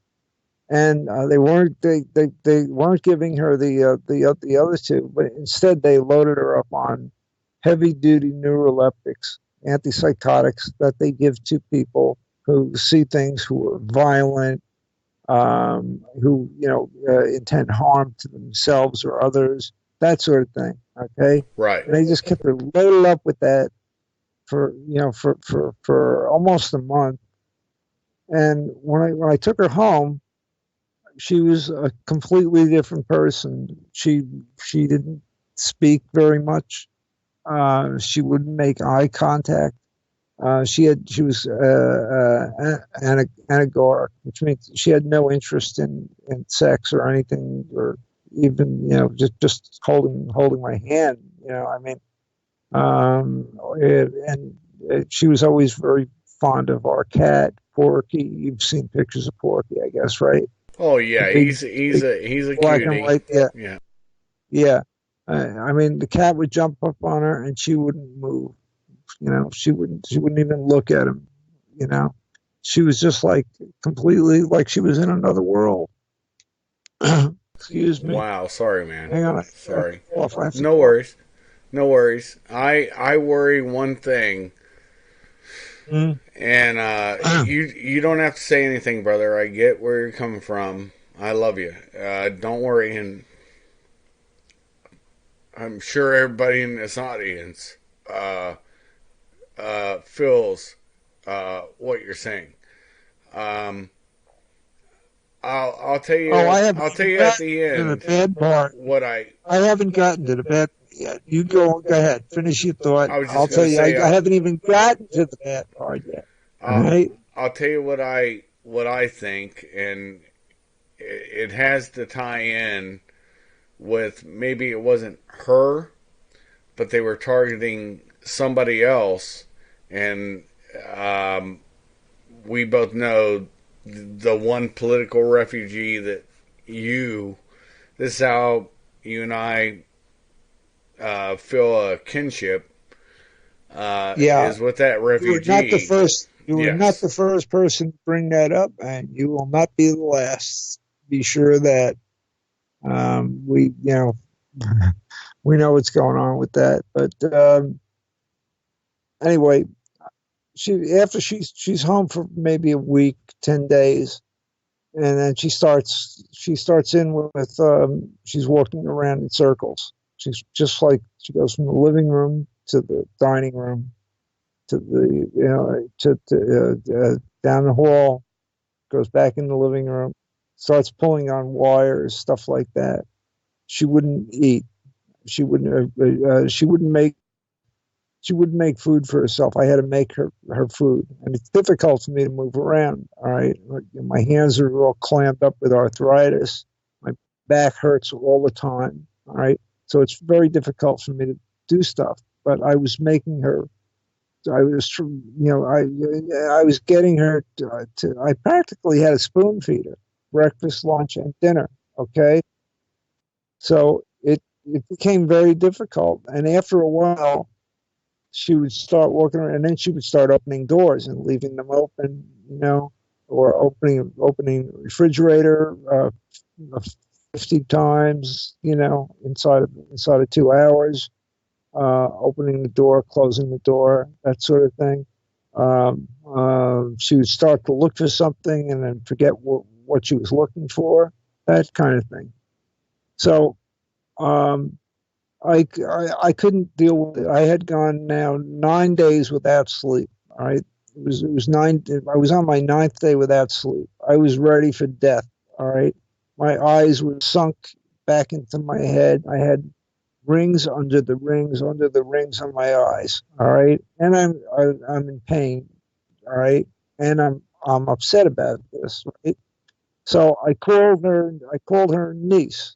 I called her niece, and I said, "Look, could you please just take Carla overnight? Take her overnight. Let her sleep on the couch, okay? And I just need to get some rest. Right. I need to get some sleep, right? Even if I can't get the sleep on my own, I'll take something. I get the sleep, and I won't have to worry about her letting the cat out because he's an indoor cat, or throwing out dishes or silverware, or filling out forms that were meant for me, and putting her name on it, or and she started thinking that there was no electricity in the house. Meanwhile, the Right. TV is on, and I have a small TV. I have a flat screen, but I use that mainly for the computer. I have a small TV just so I can see what transponders are active on the satellite. And I rigged up a remote that's pretty easy to use. She would take the batteries out of the remote, just to put the remote in a glass of milk. I mean, just weird stuff. Just started doing really weird stuff. And a day after she came home, somebody from some pharmacy came here, and they delivered. I could actually, I don't know if I can send you a picture on this, but they delivered these blister packs. I think there's like 24 or 36 on each blister pack of risperidol and lithium carbonate, high dose. Jesus Okay, fucking and Christ, that's poison. I know they wouldn't. And I took them and I hid them. All right, so that she couldn't get to them. All right, and I figured she would shake it off, in a week or something like that. But after 9 days, I was going absolutely crazy because I had to keep following her around to make sure she wasn't doing something that that could where she could get hurt or she would damage something in the house. Right. So I called up her niece. Her niece, instead of keeping her overnight, brings her straight out to a hospital on the east end of Long Island, like like 50 or 60 miles away. Okay, so they put her in there they put her in there for another 3.5 weeks, whatever the insurance paid for, and then from there she went to stay with her brother, right? A brother and his wife. And I always got along with her brother. I never trusted her sister, but I always liked her brother. He's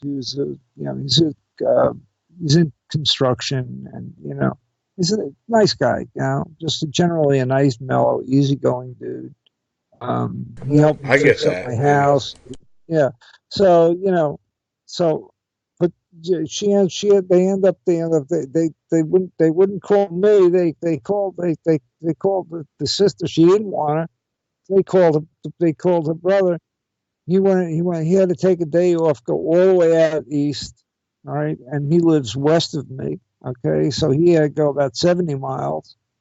All right, and she stayed there for about 2 weeks, and she was pissing and shitting herself, She was wandering around doing the same stuff over there that she was doing originally before she Oh went my God. into the hospital. The second time. Now that's the second time, right? Then they what do you call it? So they what they did was they locked her out of the house and called the police because she tried to jump out of the car when they tried to drive her to the hospital. Okay, so now this went on. She's been to 8 different hospitals, and she's been in 2 supervised care facilities. That's where, like a group home where they, where everybody's just hanging out doing their own thing, but they're pretty whacked out, they're pretty whacked up on drugs, and Doped a lot of out. them are for drug, for drug addiction, for the stuff that we were discussing before, like opiates and benzodiazepines and things like that, or alcoholism, whatever. But so she's in there with 8 or 10 other people. There's no doctor. There's just like a nursing care supervisor, Bunch of right? staff. Right. Right, exactly, and they're feeding her drugs in those places. So she's been in 8 hospitals, and 2 of those places she's in one now. And unfortunately, last Tuesday, I went to go visit her. Her brother actually called me up and asked me if I wanted to go. He said that he and his wife were going out there, and would I like to go? We were originally going to go last Sunday. We could go today, and we ended up going on Tuesday. And if you remember, Tuesday was the night I was not on the Operation Secret Santa show. Yeah, we know what happened that night. Yeah. Yeah. So because I went to go see her. We got there around noon, and she was just off in distance. She was not herself. I didn't recognize the clothes she was wearing. What ultimately happened is I took her to the emergency room after she was let out of the hospital, and I begged them to not give her neuroleptics when she went in. All right, and they did anyway, and they stopped giving it to her the day before she came home. All right, so she was basically the same way, and she started doing really weird things. Again, leaving the doors open. She destroyed every remote, every pair of headphones I have, every hard drive, with the exception of one, every computer. She threw away all my clothes. I have one pair of jeans, and all my t-shirts from concerts going back to the early '70s. I still had them. Right. I didn't wear them, but some of the later ones I bought one to save and one to wear, right? But they were all in great shape. My jeans, my shoes, my the only suit that fit me, because I lost a lot of weight. The only suit that fit me was hanging up. It's gone. All right, everything's gone. There's stuff piled from the floor to the ceiling in the kitchen. All right, in the dining room. The couch is destroyed. There's still Christmas presents unopened from last year. Okay, that my worthless sister brought. And Right. and this is all because they kept her on the neuroleptics, and they kept feeding them to her. Every place that she went, they got medical records from the place before, and they saw what they were giving her. All right, and they wanted to control her. They wanted to make sure that she wasn't going to do anything, So they kept her lobbed out on Risperidol was the main culprit.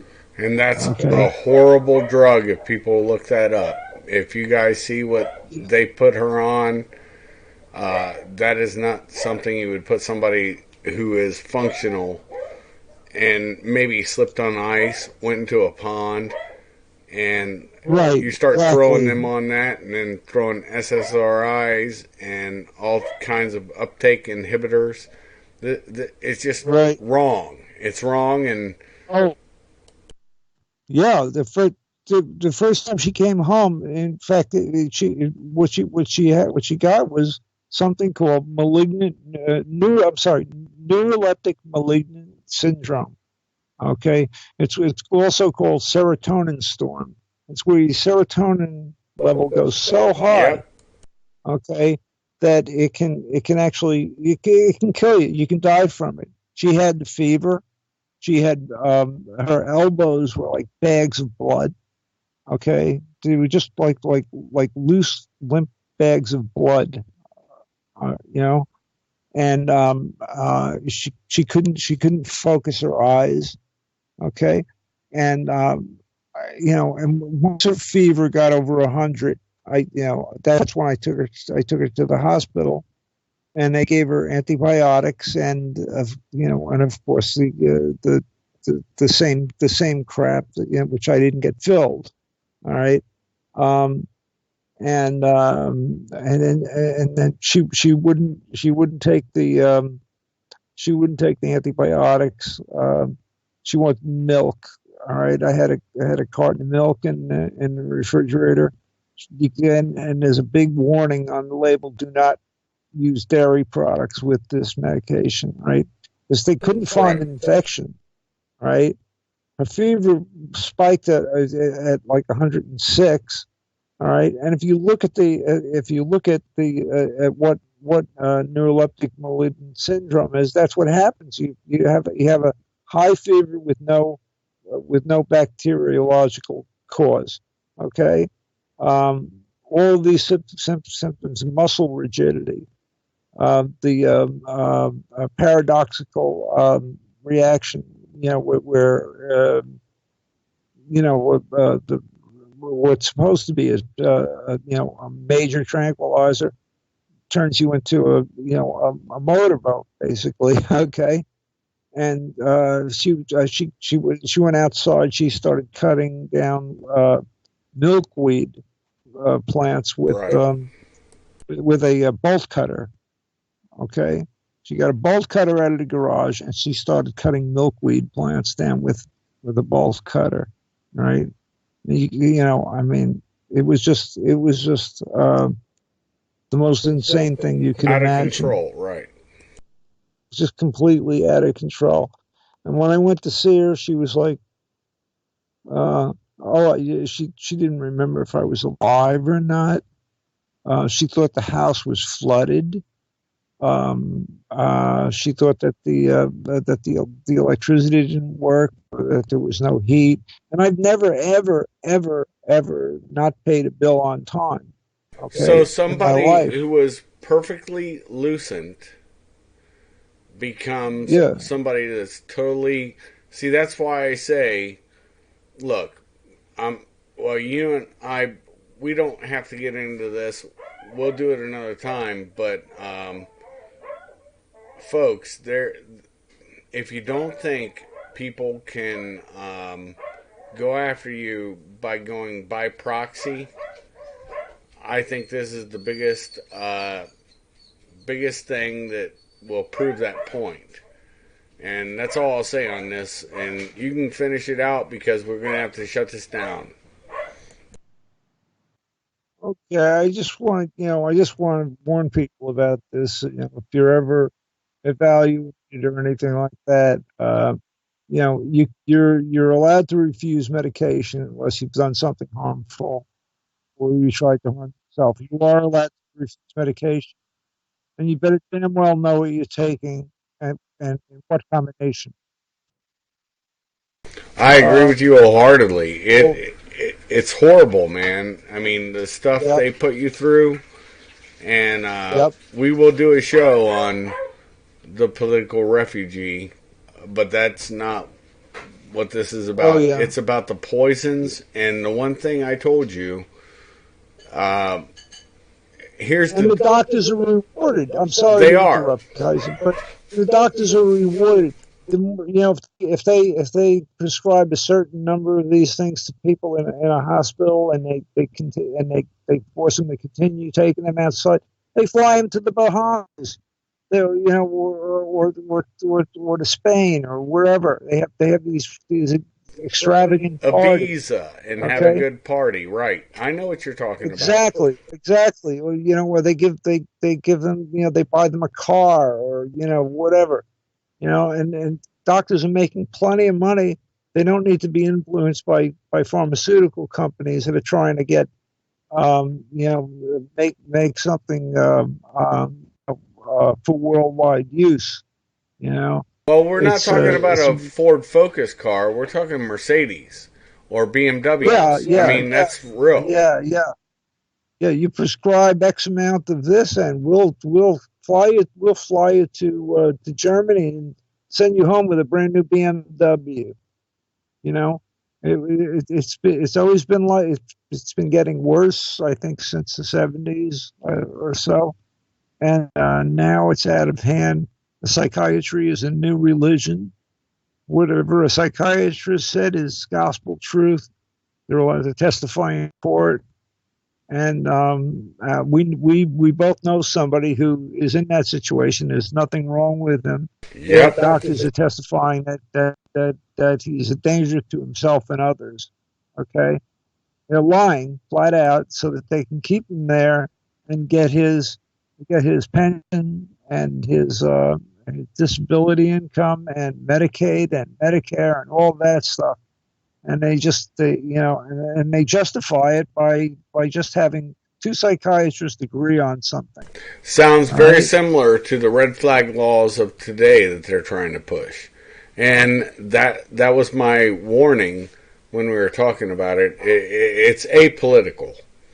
There are certain things that I've seen as to how they approach people. Isolate, vilify, and then destroy. This is Saul Alinsky's book. And unfortunately, with the colleges, you and I have both been through that.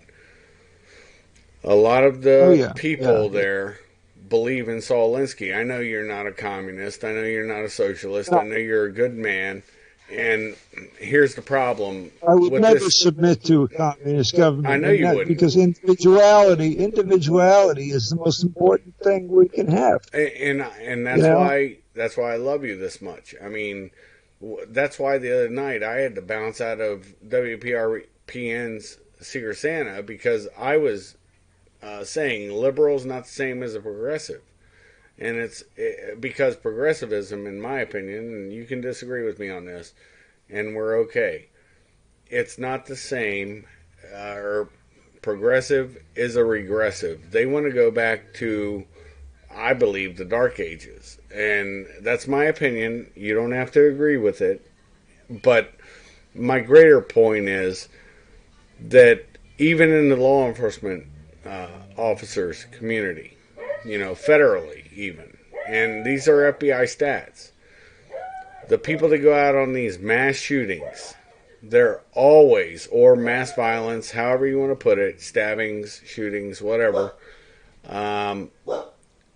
More people get killed by hammers, by the way, than they do by guns every year.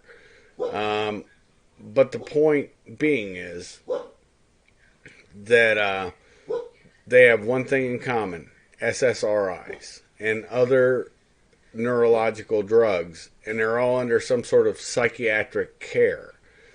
And sometimes it's even by the state.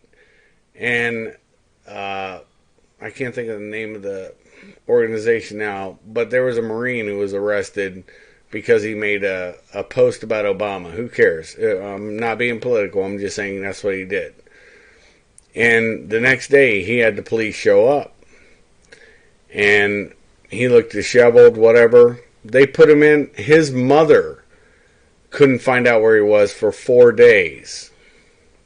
And this is a lawyer that, if I mention his name, and I can't remember, so I'm irresponsible for not looking that up, finally got involved because his mother got... But see, everybody wants to talk about homosexual rights, why aren't they talking about common law rights where you should be considered a husband just like Jack would have been, and Jack by Ohio law was, and I deferred to him with my mother. Um, he has the right to do that. It's different in New York. You got a different last name. That's the end of it. You have no connection to this person. It doesn't matter. You're with them, 15 hours a day for 36 years.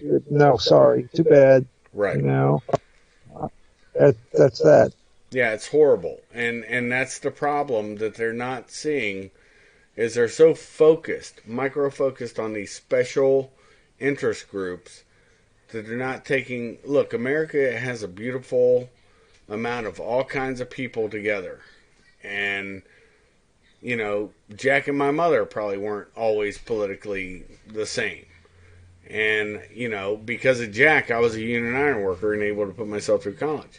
But these are the things that boggle my mind because, believe it or not, the iron workers, that's one thing that pretty much you better be related to somebody or it's a hard road to get into. It's a specialized field and they want to know that, you have somebody who was an iron worker before you. So you're not coming in as a dumbass cunt. But the point being is, I think there needs to be a revamp of those laws that somebody who's close to somebody, and not just a homosexual relationship or even, let's say you have a roommate, brother, a good dude that's just your roommate, helps you, takes care of you, whatever. That person, if you trust them, should be able to say, this is what he wished. And be honest. I mean, not somebody who's trying to perpetrate a fraud like that Terry Schiavo case where her own husband killed her. And her parents were like, no, she's fine. She's getting better. But they don't listen to this stuff.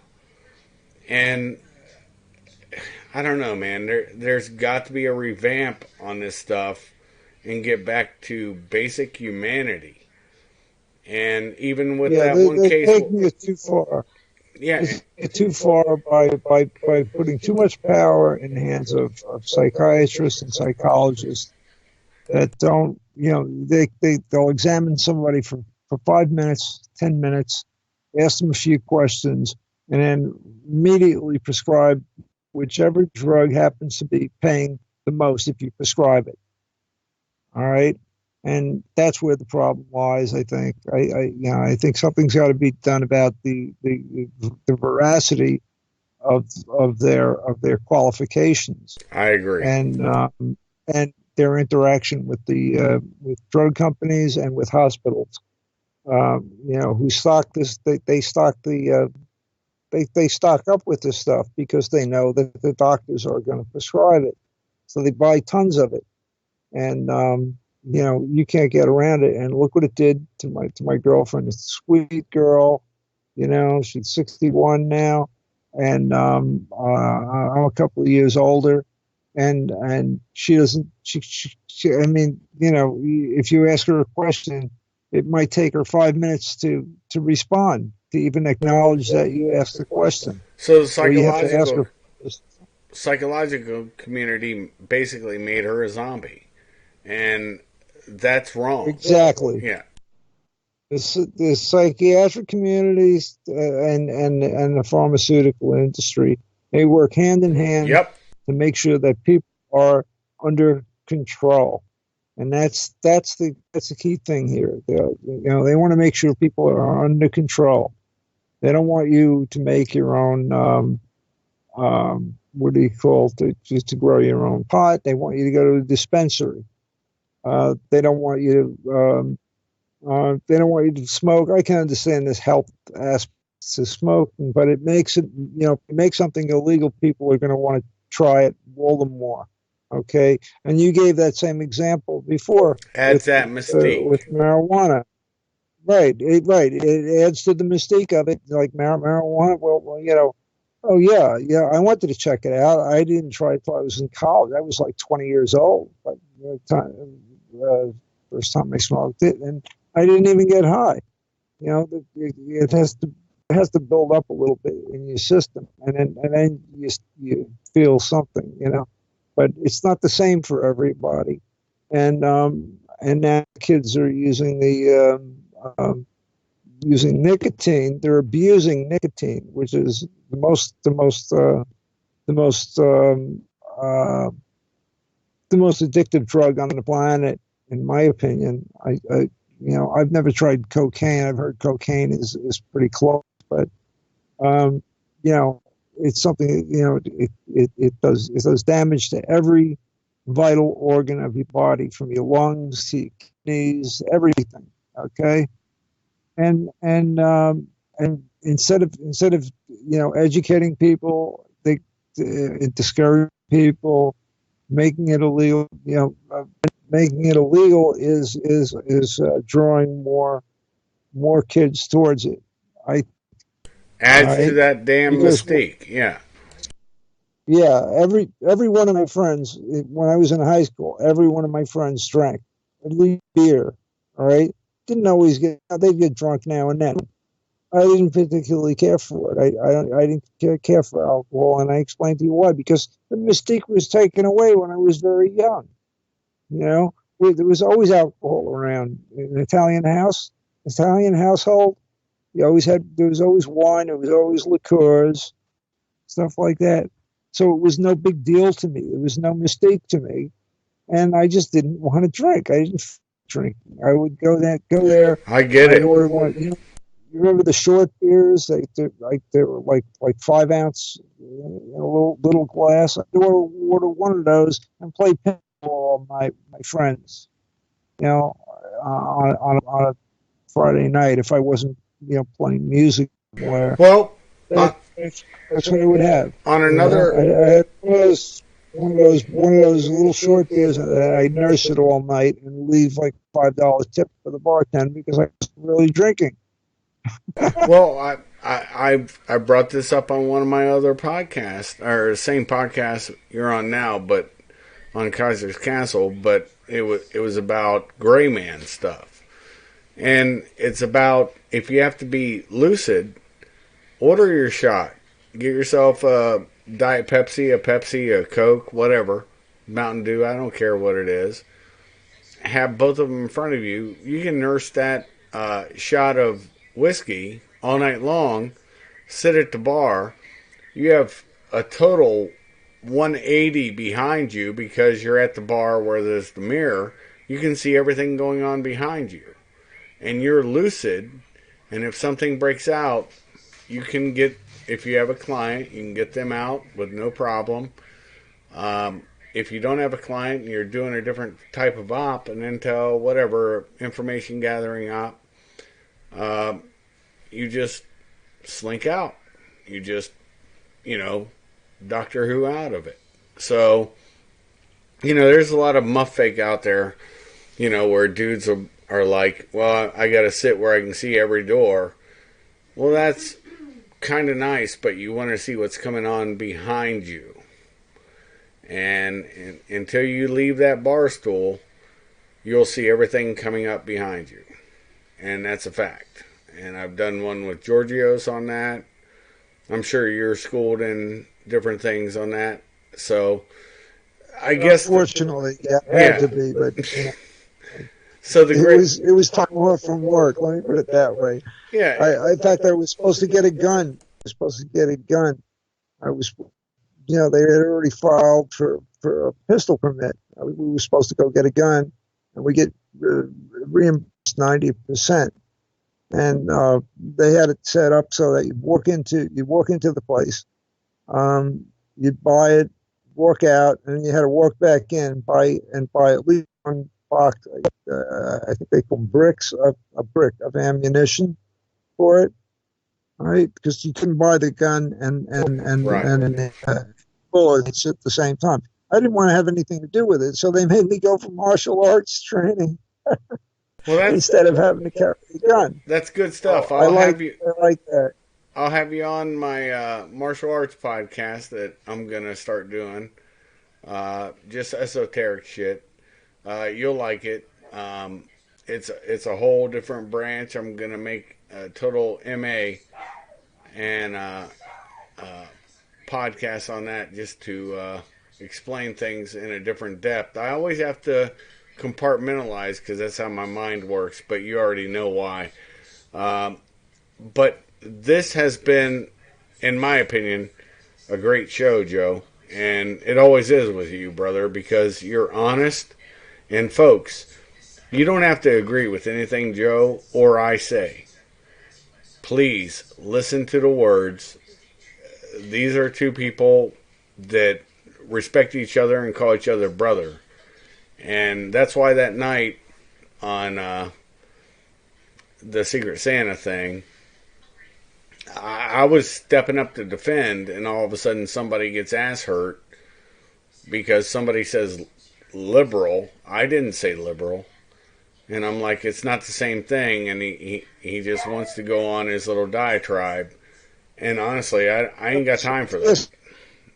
That must have been Tuesday night's show, Yeah, because it that's was. when I couldn't be on the show, and I didn't even listen to it. Me all either.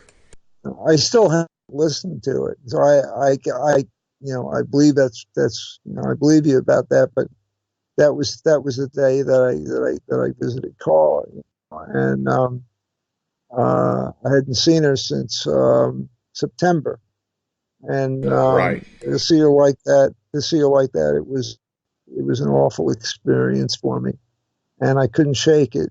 And there was no way I was going to have any Christmas cheer on Tuesday, after going through that and crying all afternoon. At 11 o'clock at night, go on to a live stream. I was definitely going to break down. So I think Jaffe understood. So, but you shouldn't have to be defending your political position on, on a Christmas show. Hell, Anyway, I was defending your political position and everybody else's because honestly, I don't think that guy is a progressive. I think he's a veteran, and I just don't like slapping on other veterans. I think the world of that guy. It just sometimes people want to say things and make their point, and all I was trying to say is I only broke in and he kept talking over me, but I was saying, Joe, our last video I shared with you. That's all I was trying to say after I realized he was not going to be stopped in saying what he was going to say because I started out first saying liberals are not the same as progressives, and he kept over talking me. And then the next day I get your thing saying, where's the show? I'm like, I shared it, brother.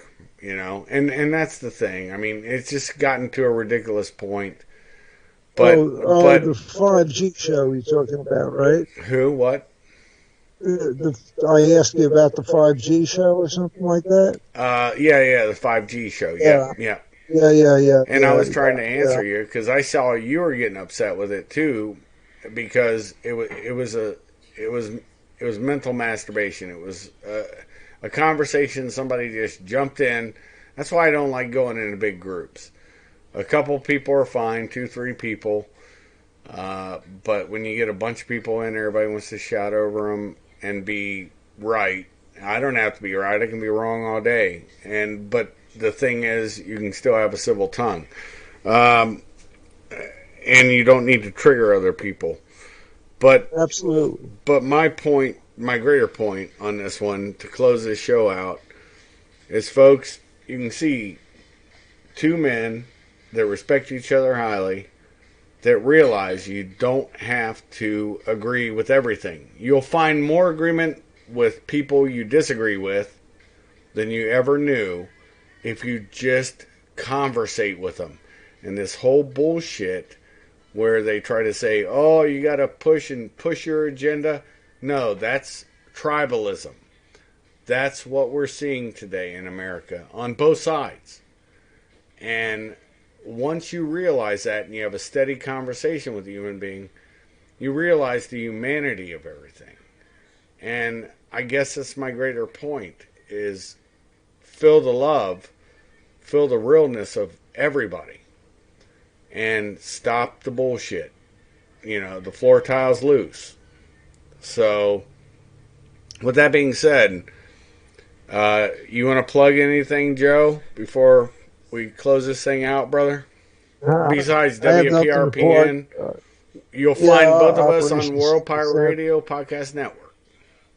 Yeah. I mean, they're doing a good job. They're getting stuff done for people. Yep. They're helping out people in need. And, listen to the live stream or download a podcast.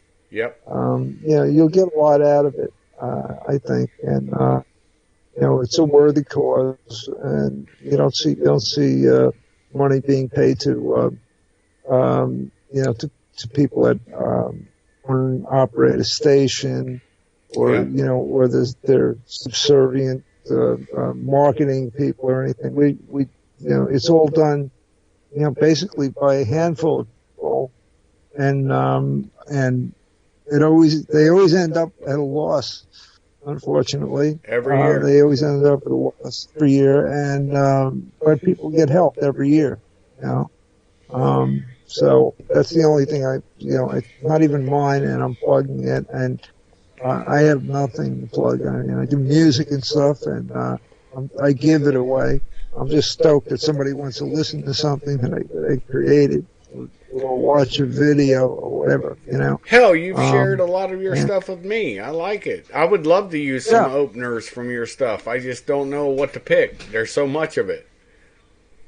You're welcome to use anything you want, anytime you want. You don't even have to give me credit for it. I mean, you can just play it in the background if you want. I could care less. I made money off of music. I made money teaching. I made money writing books, doing articles for magazines. So I'm okay financially. Yeah. But but this whole situation with my girlfriend, it shouldn't be it shouldn't be a waste. That people should really know about this stuff. I know that when you're talking to a shrink, they're holding your life in their hands. What they say goes, okay? And you're not going to get out of it by going to a different shrink or looking for a different option. They're going to come down with whatever diagnosis they feel is appropriate. They're going to stand behind their diploma to do it. And it's very incestuous. You'll never find one that will say the other one's wrong. With that being said, honestly, Joe, I hope everybody sees your humanity, your honesty, your reality. I've known this man for quite a while. We've had disagreements in the past, joking around, but Joe Emenon, yes, he's no one, just like I am, right? So, with that being said, I want to thank you, everybody who stopped by Kaiser's Castle today. I think everybody should think more about what you're being pushed into and the reality they're trying to push you into. And honestly, I think there needs to be, in all 50 states, if Joe's story does not move you, to make sure that long-term relationships, common law, which is what it's called, needs to be taken as seriously, if not more so, because children usually are involved biologically from man to woman. Those things need to be looked at and honored. And the other forms of whatever love, that's fine, but this is one that's neglected. And with that being said, thank you for stopping by Kaiser's Castle. I'm going to slowly roll up the drawbridge, let you guys all meander out with your coffee, tea, soda, and adult libation. And Joe Emenon, you're a man among men. Thank you for your time tonight. Kaiser. All right? Thank you. All right. All right. Much love, brother. Take care. Bye bye. All right.